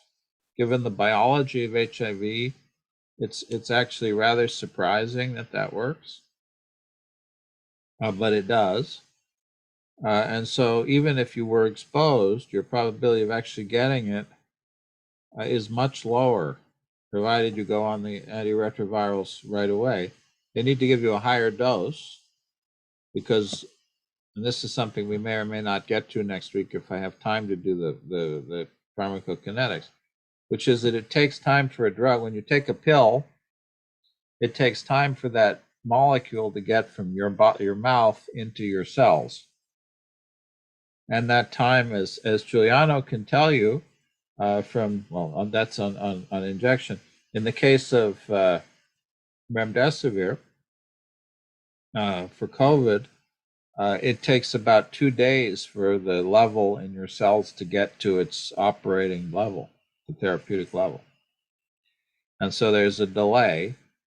And so that if you have to do post-exposure prophylaxis, then you have to do what's called the loading dose, where you have to give a high dose initially to prevent to try to get the level up to be therapeutic as fast as possible. Giuliano, maybe you should show them to them next week. You could show them some of your simulations. Sure Tell them can. I mean, those are CompuCell simulations, but the concepts are not dependent on the spatial model. Nope. And the Uh, graphs also don't depend on the spatial model. No. And so actually you're raising a whole series of really fascinating questions that one can address with this kind of modeling. So I think trying to think if there are any other issues that came up, but again, HIV is sort of special because it's a slow disease. When you look at bacterial diseases, most bacterial diseases are also pretty fast, like respiratory viruses. But tuberculosis is a slow one.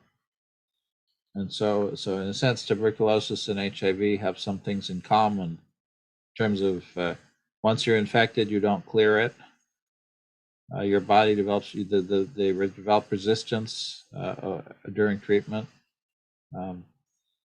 You can be a silent spreader, and the time course of the disease is long. So even though one's bacterial and one's viral, there are a lot of similarities. Okay, well, I hope people who haven't presented this week, please be ready to present next week, because I really do want everybody to go through it fully so that we can have a round of critiques, so that when we get to the last week of the semester, everybody has a project that's really polished. Everybody has good ideas, and it's important that we work together to get them presented well. So I have essentially slides now that would cover some of the material that we didn't go over. Delaney asked if we could cover the homework problem about motifs. And in a sense, this is doing exactly what we were talking about in class, which is why I assigned the problem. And so I'd be happy to do that with you. Maybe Giuliano, you can help us out. You can do the typing, and I can talk. That might be a way of doing it. You do the screen share, and I can talk, or we can have students do it together. Would people like to do that? Would that be useful for people? So in the past couple of weeks, we've started talking about how to interpret arrow diagrams. And we, in earlier versions of the class, this would have been something we would have done very early in the semester. Here, because we haven't been focusing on signaling and regulation, we're coming to it more at the end of the semester. But I hope conceptually these things are still going to be sensible. So I see 3 people who've said, there we are, 4. So one person is still not signed in, so I'll wait. There we go. Okay, so the homework problem was this.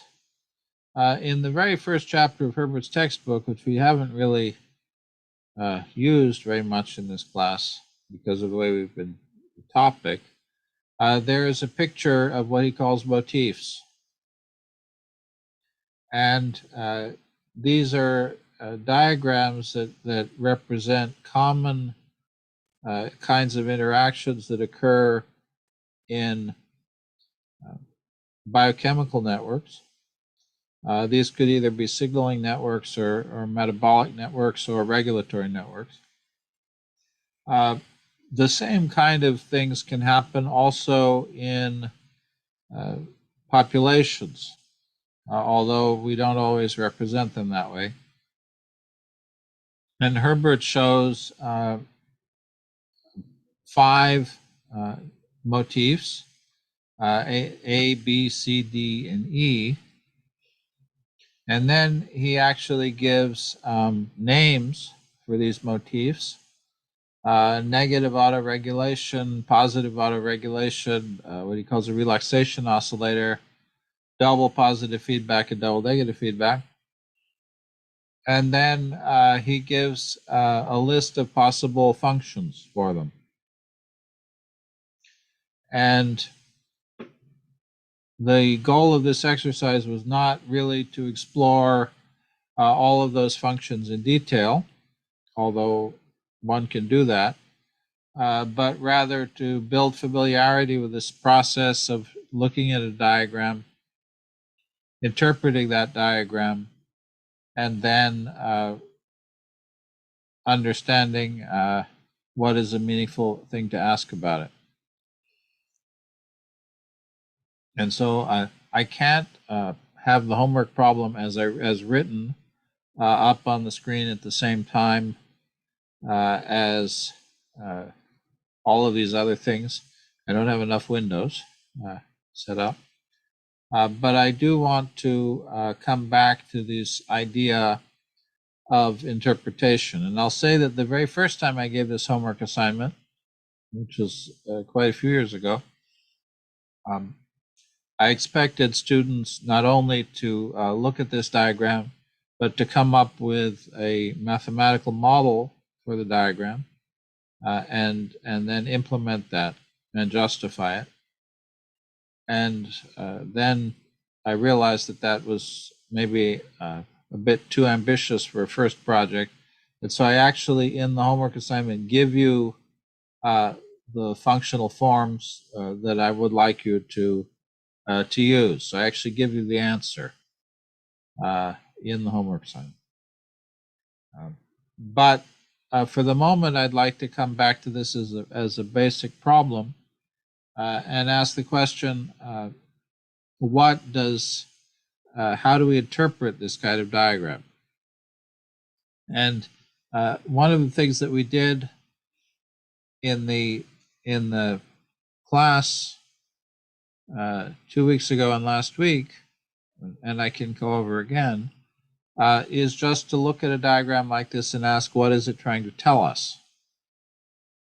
And so the first question I would ask you is, if I see this diagram A, I see a circle, I see a line coming off of that circle, and that line ends in a crossbar. And can anybody, based on what we did in class the other day, tell me what that means? And to some extent, the answer is here, so I'll jump back and not show the answer. Can anybody tell me what this picture means, biologically or practically?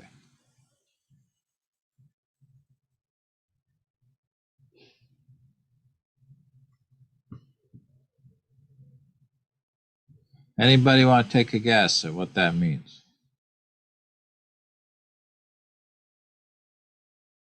If somebody has had a class with the biological network, you've almost certainly seen a picture that looks like this.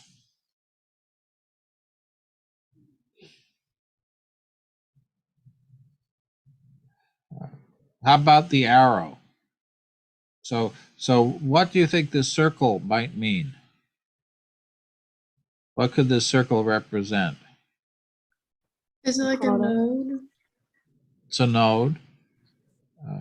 And so nodes in a biochemical network would represent what? Product. Sorry? Product. Product, an amount of a chemical. In this case, it's typically would be a gene regulatory network, so it might represent the amount of a gene product, the amount of FGF, the amount of a protein.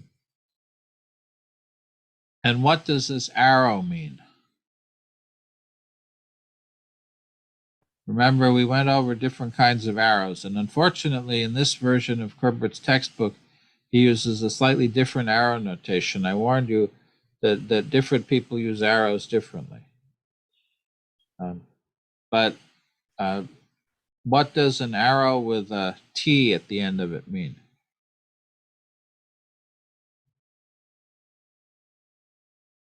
Somebody? I was going to say repression, but that's what he used in the textbook. So I forget if that's different in the slides. No, this is from his textbook. So if he says it's repression, it's repression. And in general, and absolutely, the T-ended arrow is always repression. So that's right. So it means repression. So what does that mean? What does this arrow diagram mean? If the circle represents the amount of a chemical, and I have an arrow showing repression, what does that mean? Is it like decreasing the rate of Right. production or? Exactly. Very good. So what this is telling me is that the more, if I suppose that it would maybe it's easier if I put a letter in here. If I had a letter, I think I actually have my, let me see if I have my annotation turned on. If I do, I'm in luck.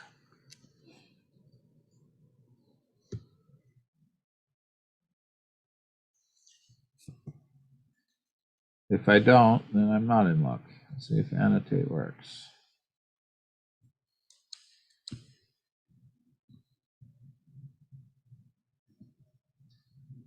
All right. So suppose that I wrote A here. And so instead of drawing a circle, I said A inhibits A. Well, if I have some rate law, F of A, that means that what? What does that rate law mean? Notice I've actually, I should be careful. I just wrote something wrong. So let me fix that. There are a couple of steps that we had to go through in interpreting a regulatory error. So do people remember that, or do you want me to show you the slide where we discussed that?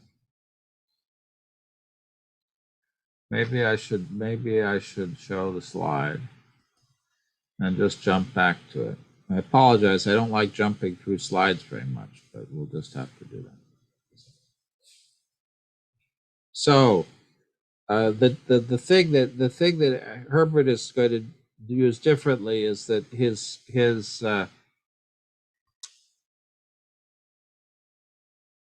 all right, let me clear the annotation.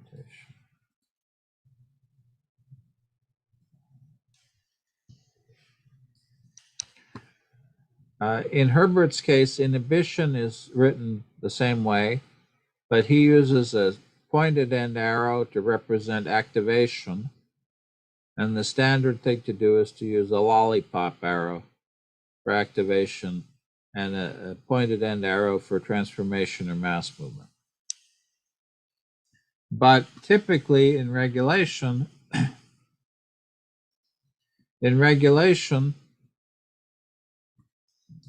keeps jumping back, I'm sorry.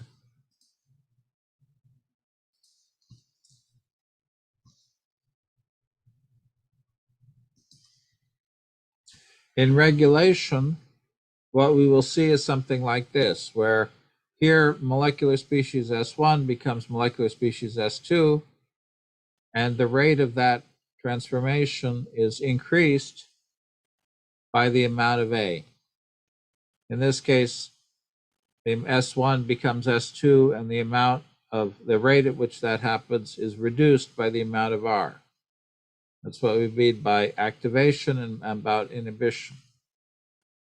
When we have a diagram that looks like this, A activates S2, R activates S2, we have to reinterpret that as S1 goes to S2 at a rate determined by A. Or in this case, S1 goes to S2 at a rate determined by R. Activation means that the rate increases with the amount of A. Repression means that the rate decreases with the amount of R. Notice that in our case here, we have the same letter on both sides. We have A activates A, or R activates R, inhibits R, in which case S1, S2, well, S1 wouldn't be anywhere. It's not shown. S2 would become R. So what we'd have is A, nothing, A. R, nothing, R. And I give that specifically here as an example. If I have A it activates S2, I have to interpret that as a chemical reaction where nothing goes to S2 at a rate determined by A, and that's written like that. Nothing goes to S2 at a rate determined by R, and that's written like that. So I'll remind you of that. Okay. And now let's come back to our problem. And I apologize for having the slides out of order, but again, I wasn't planning on covering this, so I hope you'll indulge me. And so now let's look at our picture here. We have a circle with an inhibitory arrow. So does somebody want to tell me what I need to write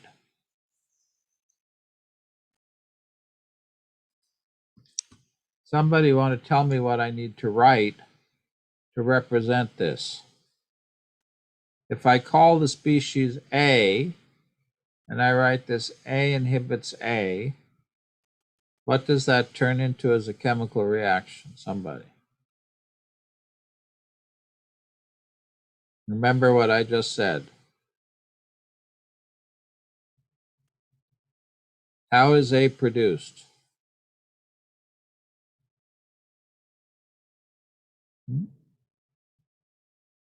Is A used up in this reaction?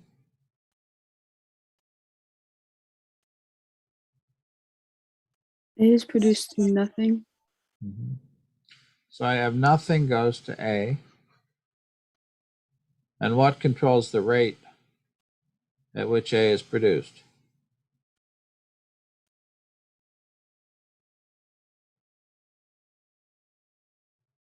Is there anything here besides A? Inhibitor. Is there an inhibitor? What is the inhibitor? How many species are there here? Just one. Just one. So, and that species is A. So this says that A inhibits itself. So that's how you draw it. So nothing goes to A. You can draw an empty thing for nothing. Goes to A. And A inhibits A. So that means the rate, F, is a function of A. And if A is inhibitory, what does that mean?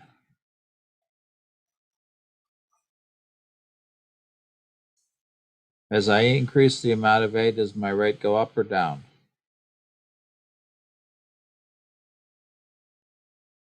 Down.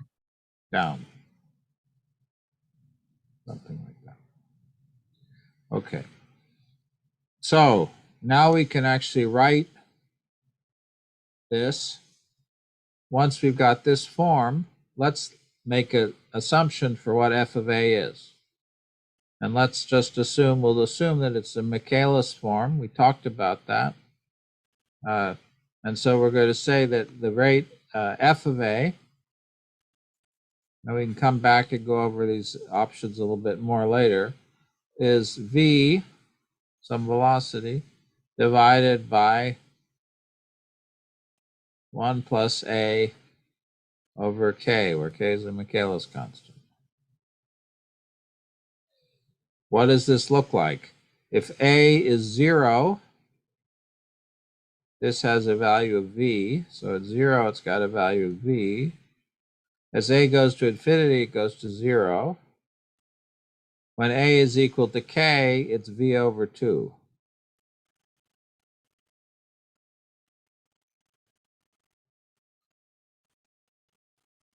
Okay.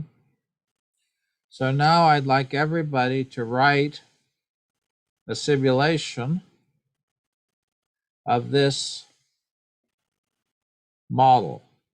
Nothing goes to A. The rate is V over 1 plus A over K. If you like to set K equal to 1, you can, and have one less parameter. You could set V equal to 1 if you want to begin with. And then you simulate it and tell me what happens. Okay. Is the exercise clear? Let me put it a different way. If the exercise is not clear, please ask.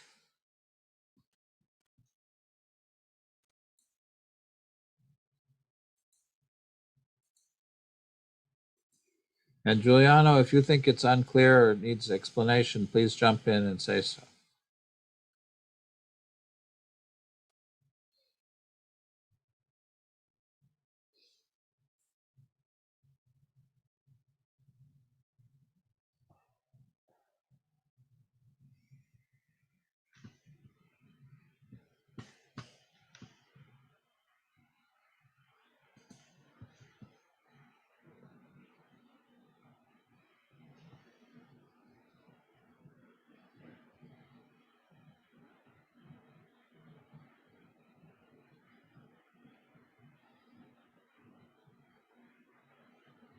So maybe I'll do this one as an example. I have some code here that I will use as a template. I'm not going to use this code directly, but I'll just cut and paste it so I don't have to type so much.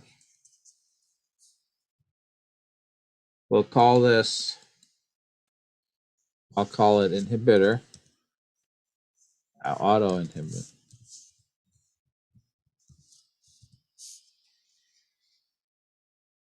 And I don't need to name the model, but since it's named, I'll do it again.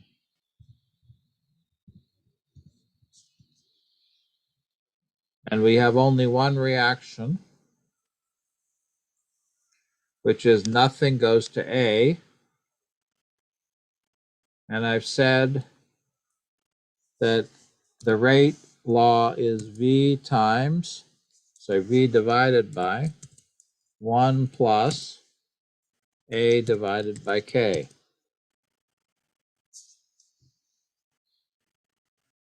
And I need to set my initial value of A. And we're going to explore what the effect of that initial value is in a minute.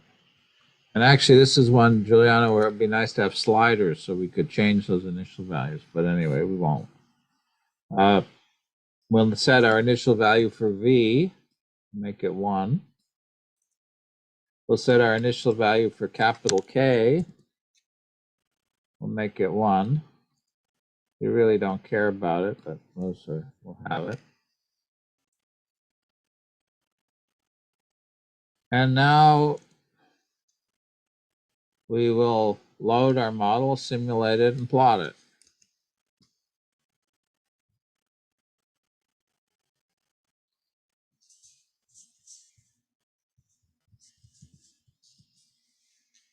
And if somebody's already done it, they can, I never remember, Giuliano, to stop something. Is it stop or break to halt execution? Inside a Jupyter cell, I'm not sure. Well, if I type it wrong, it'll just wig out, complain. Right? Yeah. Try break. Break seems to be it. Okay, so let's see what happens if I do that. Well, it stops when it gets that. So here it is. Here's my time series as a function of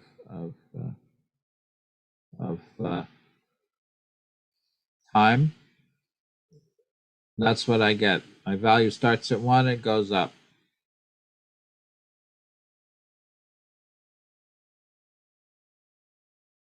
Did anybody else get something that looked like that?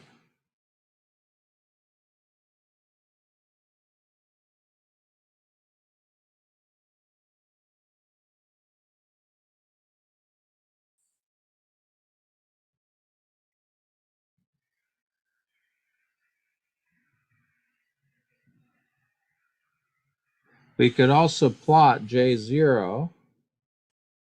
We could also plot J0.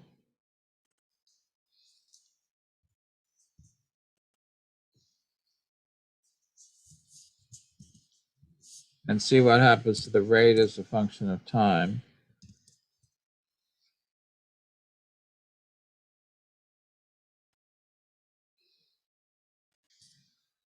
Oops. Let's see.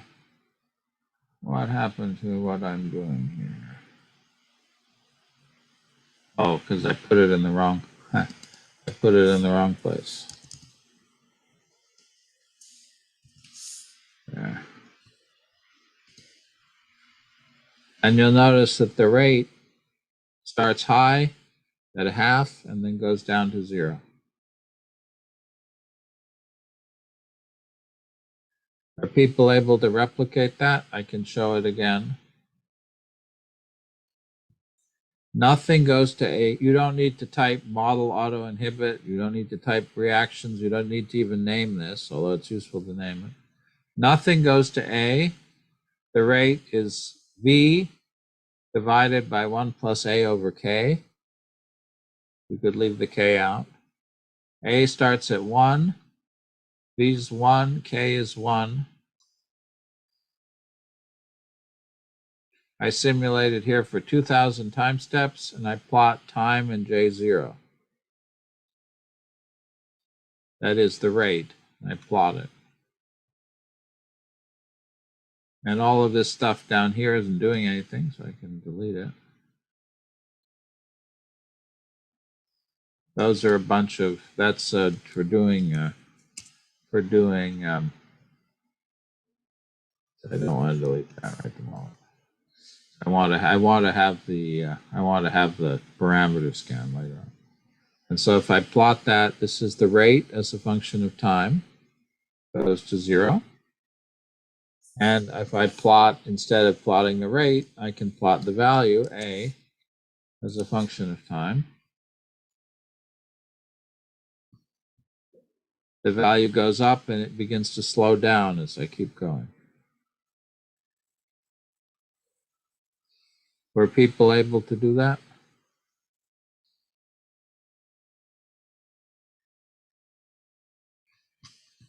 If you, it's not going to be useful to do this exercise with you unless you talk back to me. So Benjamin, you got it. If somebody's having trouble following, please do speak up, because I want to be able to help you and make sure that everybody's able to get it to work.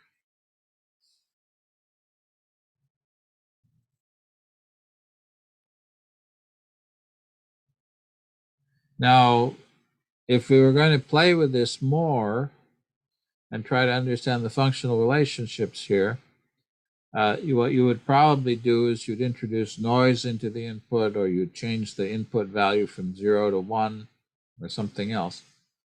One thing we could explore is what happens if the initial amount of A changes. And so here we started out with A equals 1, and let me instead of doing it this way, let me actually just grab this stuff and put it into a new cell so it's not in our way all the time. How about that? There. So now we can see it better. No, I don't need the break. If we see A starts at 1, it goes up and it keeps going up.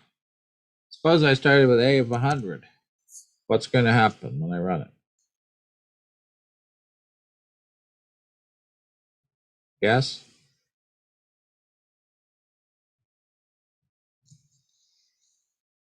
It's going up, but notice it's going up very slowly,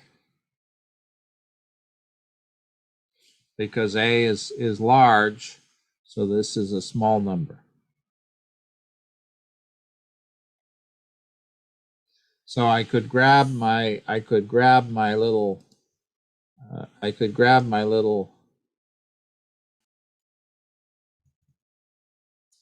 let's see, I don't want to do it that way. I'm not going to do it. I say I'm going to grab it and then I don't. Let's try A of 10, A of 1, and now I could plot them together. So I could just do a show equals false, and then I'm going to rerun it again.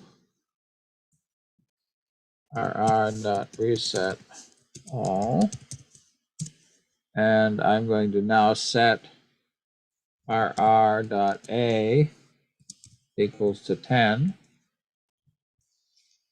And I'll run it again. And I will now set RR. Set A equal to 100. Run it again, and now I'll show it. And we'll compare the results. Let's see, why did it not do what I wanted it to do? I start with A equal 1. I run for 1,000. I do my plot. Oh, should be TE plot.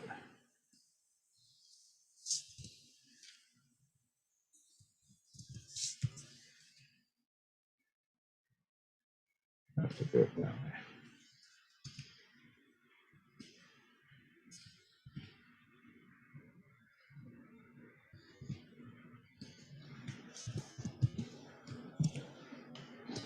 Okay.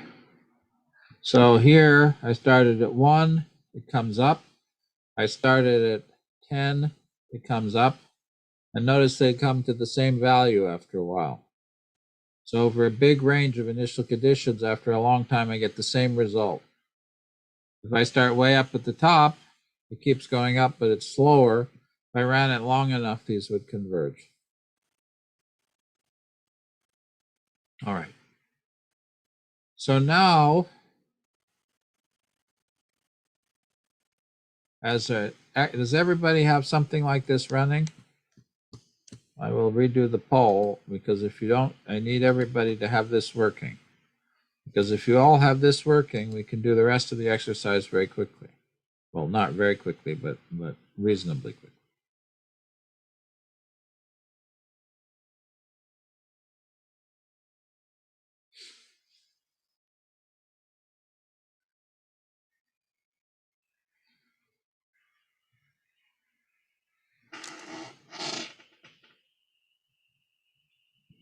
If you're already done, look in the homework assignment, and I gave you a different functional form. I didn't suggest that you used f of a equals v over 1 plus a over k. I asked you to use a different form. What was it?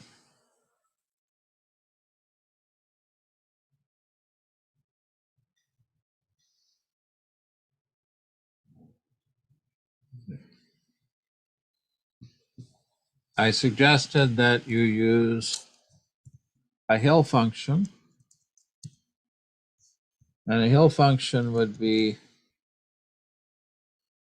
the denominator to the nth power.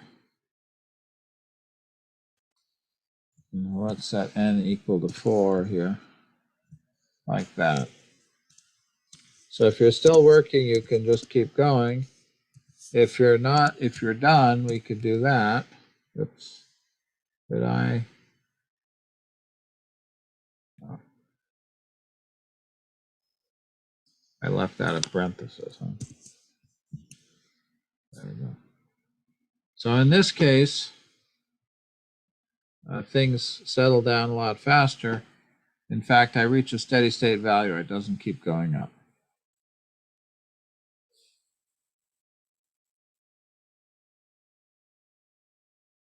And it'll depend now on the value of k, what happens.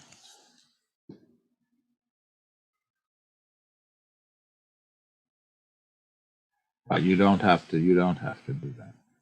I know I gave the parameter values in the class, in the exercise, but I don't have to have it here. So let me come back to what we had with the Michaelis form for the moment. And we'll just live with that.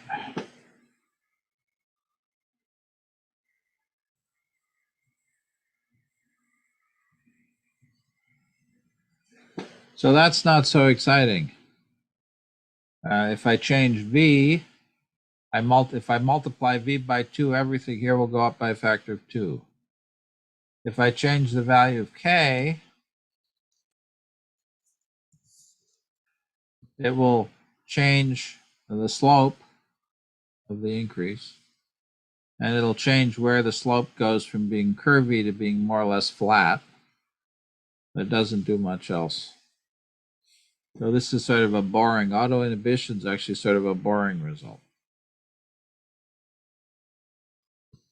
So I want to wait until everybody has this one done.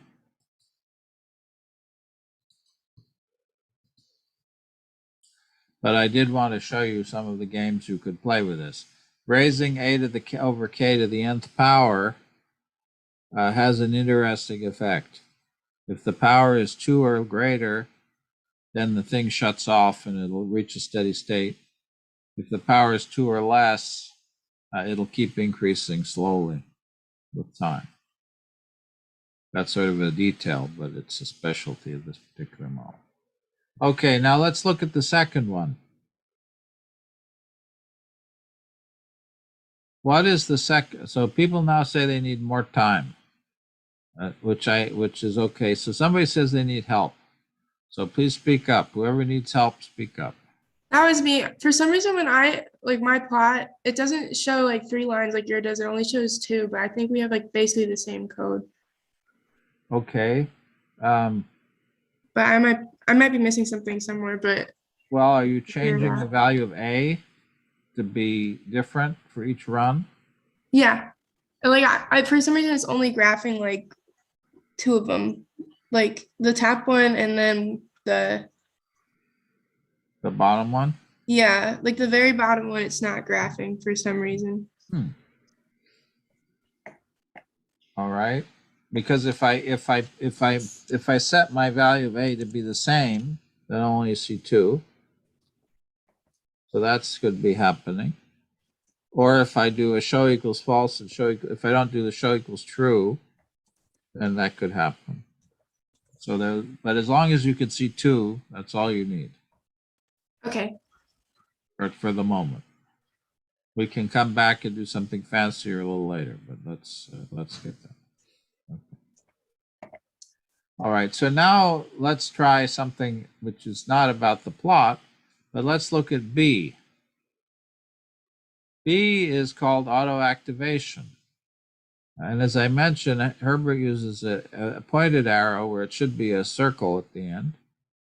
But what does autoactivation mean? I could look at the same diagrams that I had here.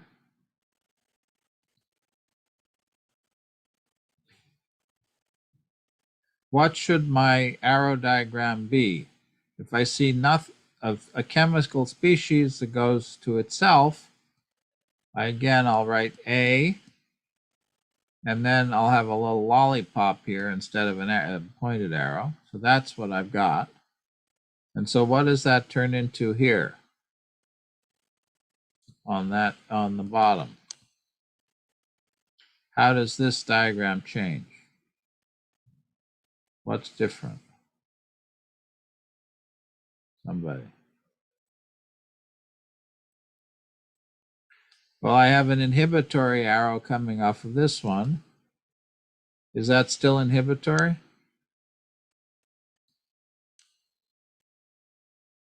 This is excitation, so I now have excitatory arrow. So what does that mean in terms of f of A? Does f of A, the rate, increase or decrease as A increases?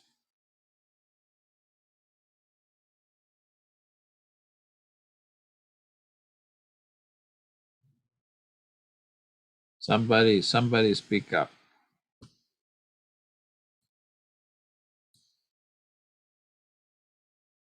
If I have an excitatory arrow, does the rate increase or decrease with the argument? Increase. Increase, good. So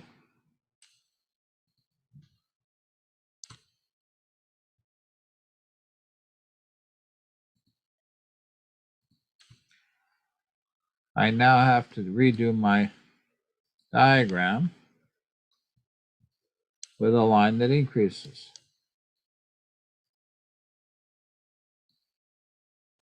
And so what kind of line, what would be a function that would increase?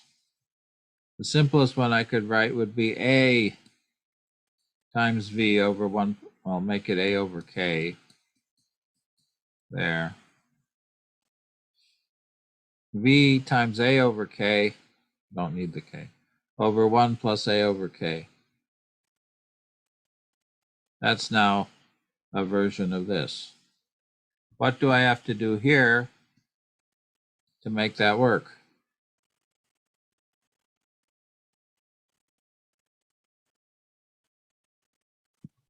V times 1 plus A over K. Yeah. So why don't we all do that together?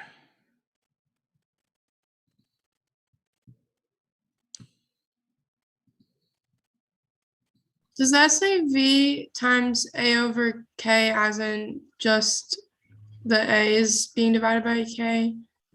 Yeah, I'm sorry about this running into this A from the labeling the graph. I didn't have a lot of room to write, so it was sort of a mess. Yes, thank you. So instead of V in the numerator, now I want to multiply by A. And since K is equal to 1, it doesn't matter that I'm dividing by K. So all that changes is I have an A in the numerator now. What do you think is going to happen to my plots?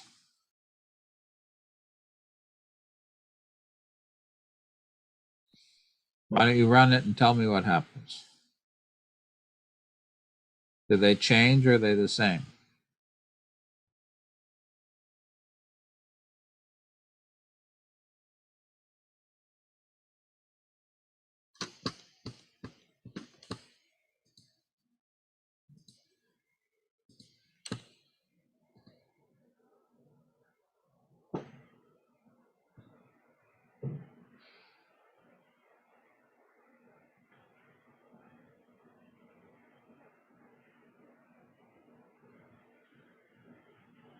In this case, you're going to find that the value K matters, which it didn't before.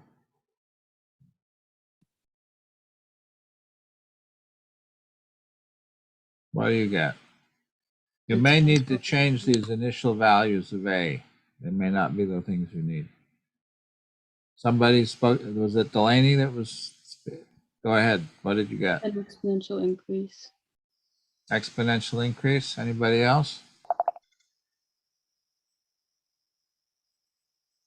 Let's see what I get.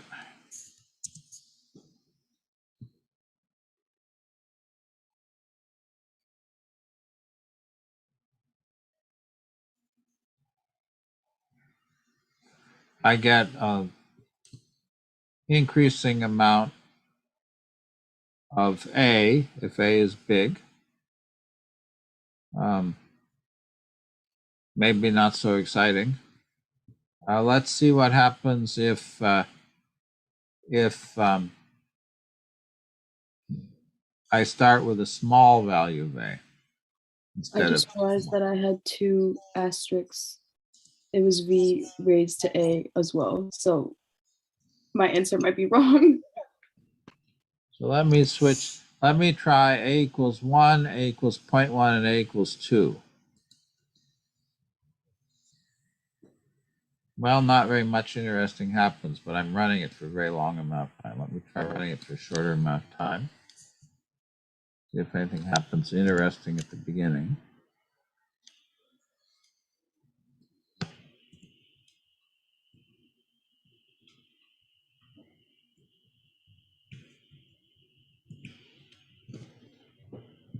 What I see is that when I start out with a small value, it increases slowly.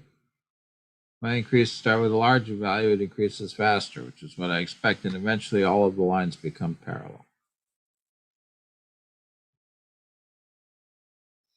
So that's a basic result for these. But there's not the most interesting thing in the world, because there's one thing that we've left out. And now I will come back and we will also have to remember something else, which is about interpreting arrow diagrams.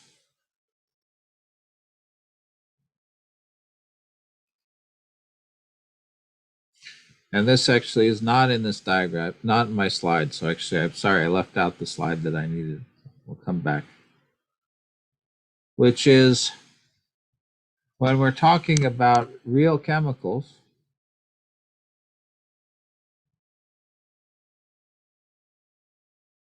those chemicals also have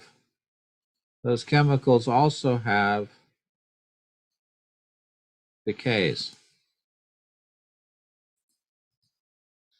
So if I have the production of a molecule, so nothing goes to A,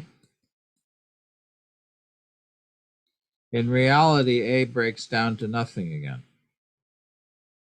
And so there's an implied decay in all of these. And that decay is always assumed to be first order. And so the decay of A would be K1 times A. And then I have my regulation. So in the case of my inhibition, I have A inhibits itself. In the case of activation, I would have A activates itself. And this was given in the homework assignment, but let's do it anyway. Let's take our example here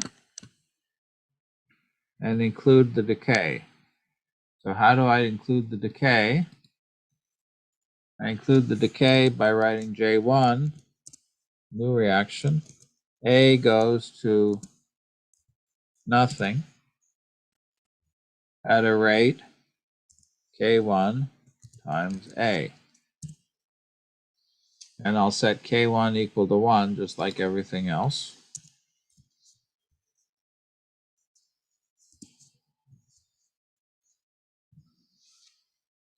And now let's run that. What's going to happen?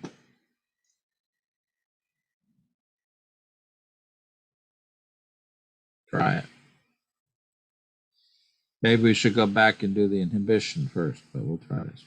What do you get?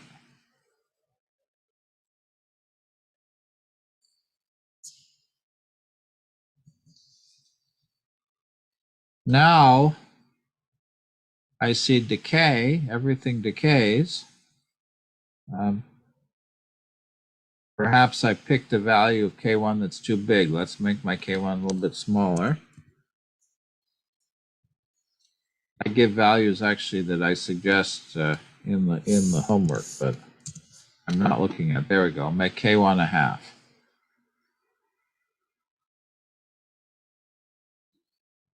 So now what's happening? This is actually perhaps not what you might expect from autoactivation.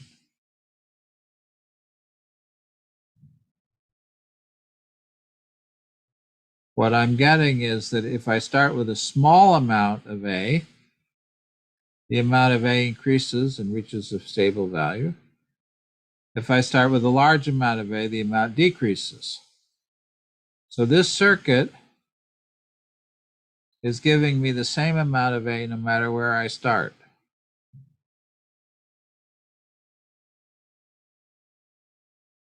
That's actually not what I'm supposed to get, so I'm actually a bit confused by that, but all right.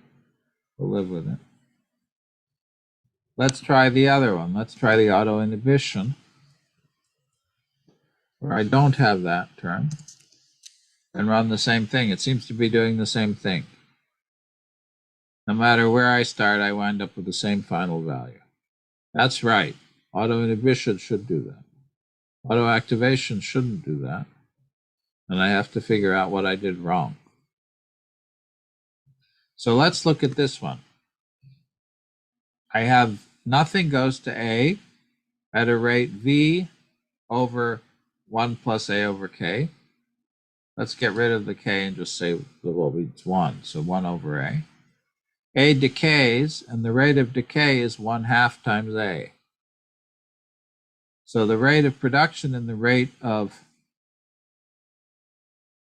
the destruction of A balance when A is equal to 1.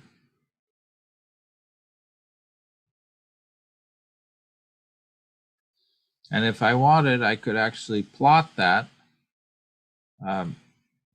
by plotting J0 and J1 as a function of A. And what I would see is this, the amount of A goes up, this goes down, this goes up. When they cross, they have a steady state, and they happen to cross for these parameter values at 1. So no matter what I start with, if I start with a large amount of A, the amount goes down to 1. If I start with 1, it stays 1. If I start with less than 1, it goes up. Now, if I have positive autoregulation, I have V times A. Then, as I increase the amount of A, the rate of production of A should go up. So if I start with very little A, the amount of A should go down to 0. And let me just, maybe it was that, I don't know why the scaling didn't work. Let's try it again. And so in this case, if I start out with very little A, the amount of A should actually go to 0. And what's happened here is that A of 0.1 is already too much. So let me try A of 0.001. No, it's still going up. Why is it doing that? It should come down. It should go, it should stay below, it should stay below, it should go stay to at 0. Let's make K1. Let's see why this isn't working. It's not working because this is linear. If I do my game of raising A to the nth power,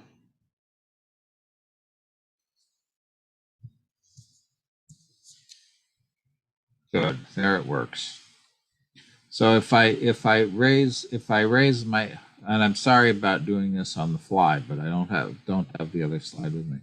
If I increase the steepness of this turnoff, then I'll get what I would expect, which is if A starts small, it stays small. If it starts big, it stays big. If it starts in the middle, it stays in the middle.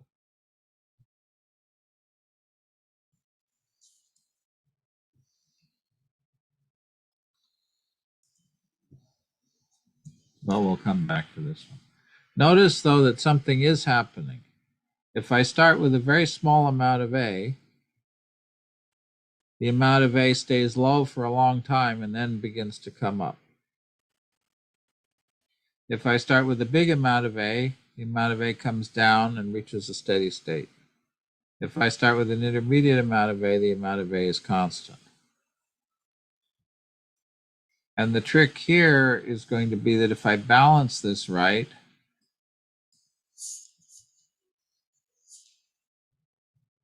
I can control the shape of these curves.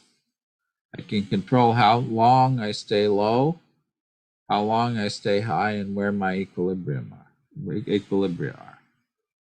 And that's a set of games that you can play, and that biology does play very effectively. Let me look at the equations that I suggested for this one. I suggested something a little bit more complicated. I suggested a constant rate of production plus A to the H, and the exponent I suggested was 4. So let's try that. So this would be to the 4. This would be to the 4. And now it's actually doing the switch. If A is bigger, starts out bigger than, let's see where it switches. 0.1, I think, is too big. No, 0.1. A will go up. If it's below that threshold, it stays low. And this is called bistability. In the case of autoactivation, if my initial value is low, it stays low all the time. If my initial value is high, it goes up to a stable high value. And that's a way that you can do threshold detection in biology. And so now I realized that this was a bit of a wing it because I wasn't prepared for this. I wasn't planning on doing this. So I appreciate your patience. Now, does that help you? Now, if you go back and you actually try using these equations that we have here, you can take these equations. I've given a little bit of hint, and now you can do exactly this. You probably want to do a parameter scan. So instead of changing A by hand the way I did, you'd run through a variety of values of A. But I think now maybe you can try doing this homework assignment. Did that help at all in terms of thinking about the homework? Delaney, you were the one who asked for it, so I'll ask you if that helps you think about the homework a little bit. If it doesn't, you can come back and ask me to explain it more.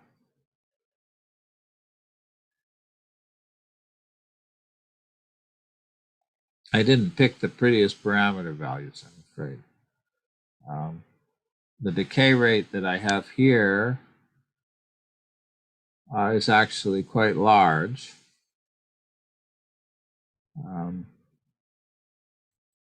No, let's see, I picked K1 was equal to 2. So I picked 1/2 here. So let me make K1 equal to 2. There we go, that's clear. K1 equals to 2. K2 was equal to 0.1, H equals 4. So that's got it here. So you see here, if my initial value is above 1, it goes up to 8. If my initial value is 1 or below, it goes down to 0, below near 0. So that's the bistability, and you can map that. Okay. So I hope that helped a little bit in terms of thinking about this kind of problem. I know, again, that I would have liked to have more windows, so I could have the slide explaining how to interpret the arrows on the same slide. But I hope that there's some working through it a little bit. And are there any questions or comments before we break? So for next week, your assignment is going to be to try this out. You've got these forms here in the homework. We can go over them together. And then I also hope that people who didn't present today will be able to present next week. And for the people who did present, please do send me your comments so I can send them on to people. And we'll meet next week. And I hope we can get the projects together. If you want to meet with me about your project, please feel free. Giuliano may be far away, but by Zoom, he's not so far, so he's available. And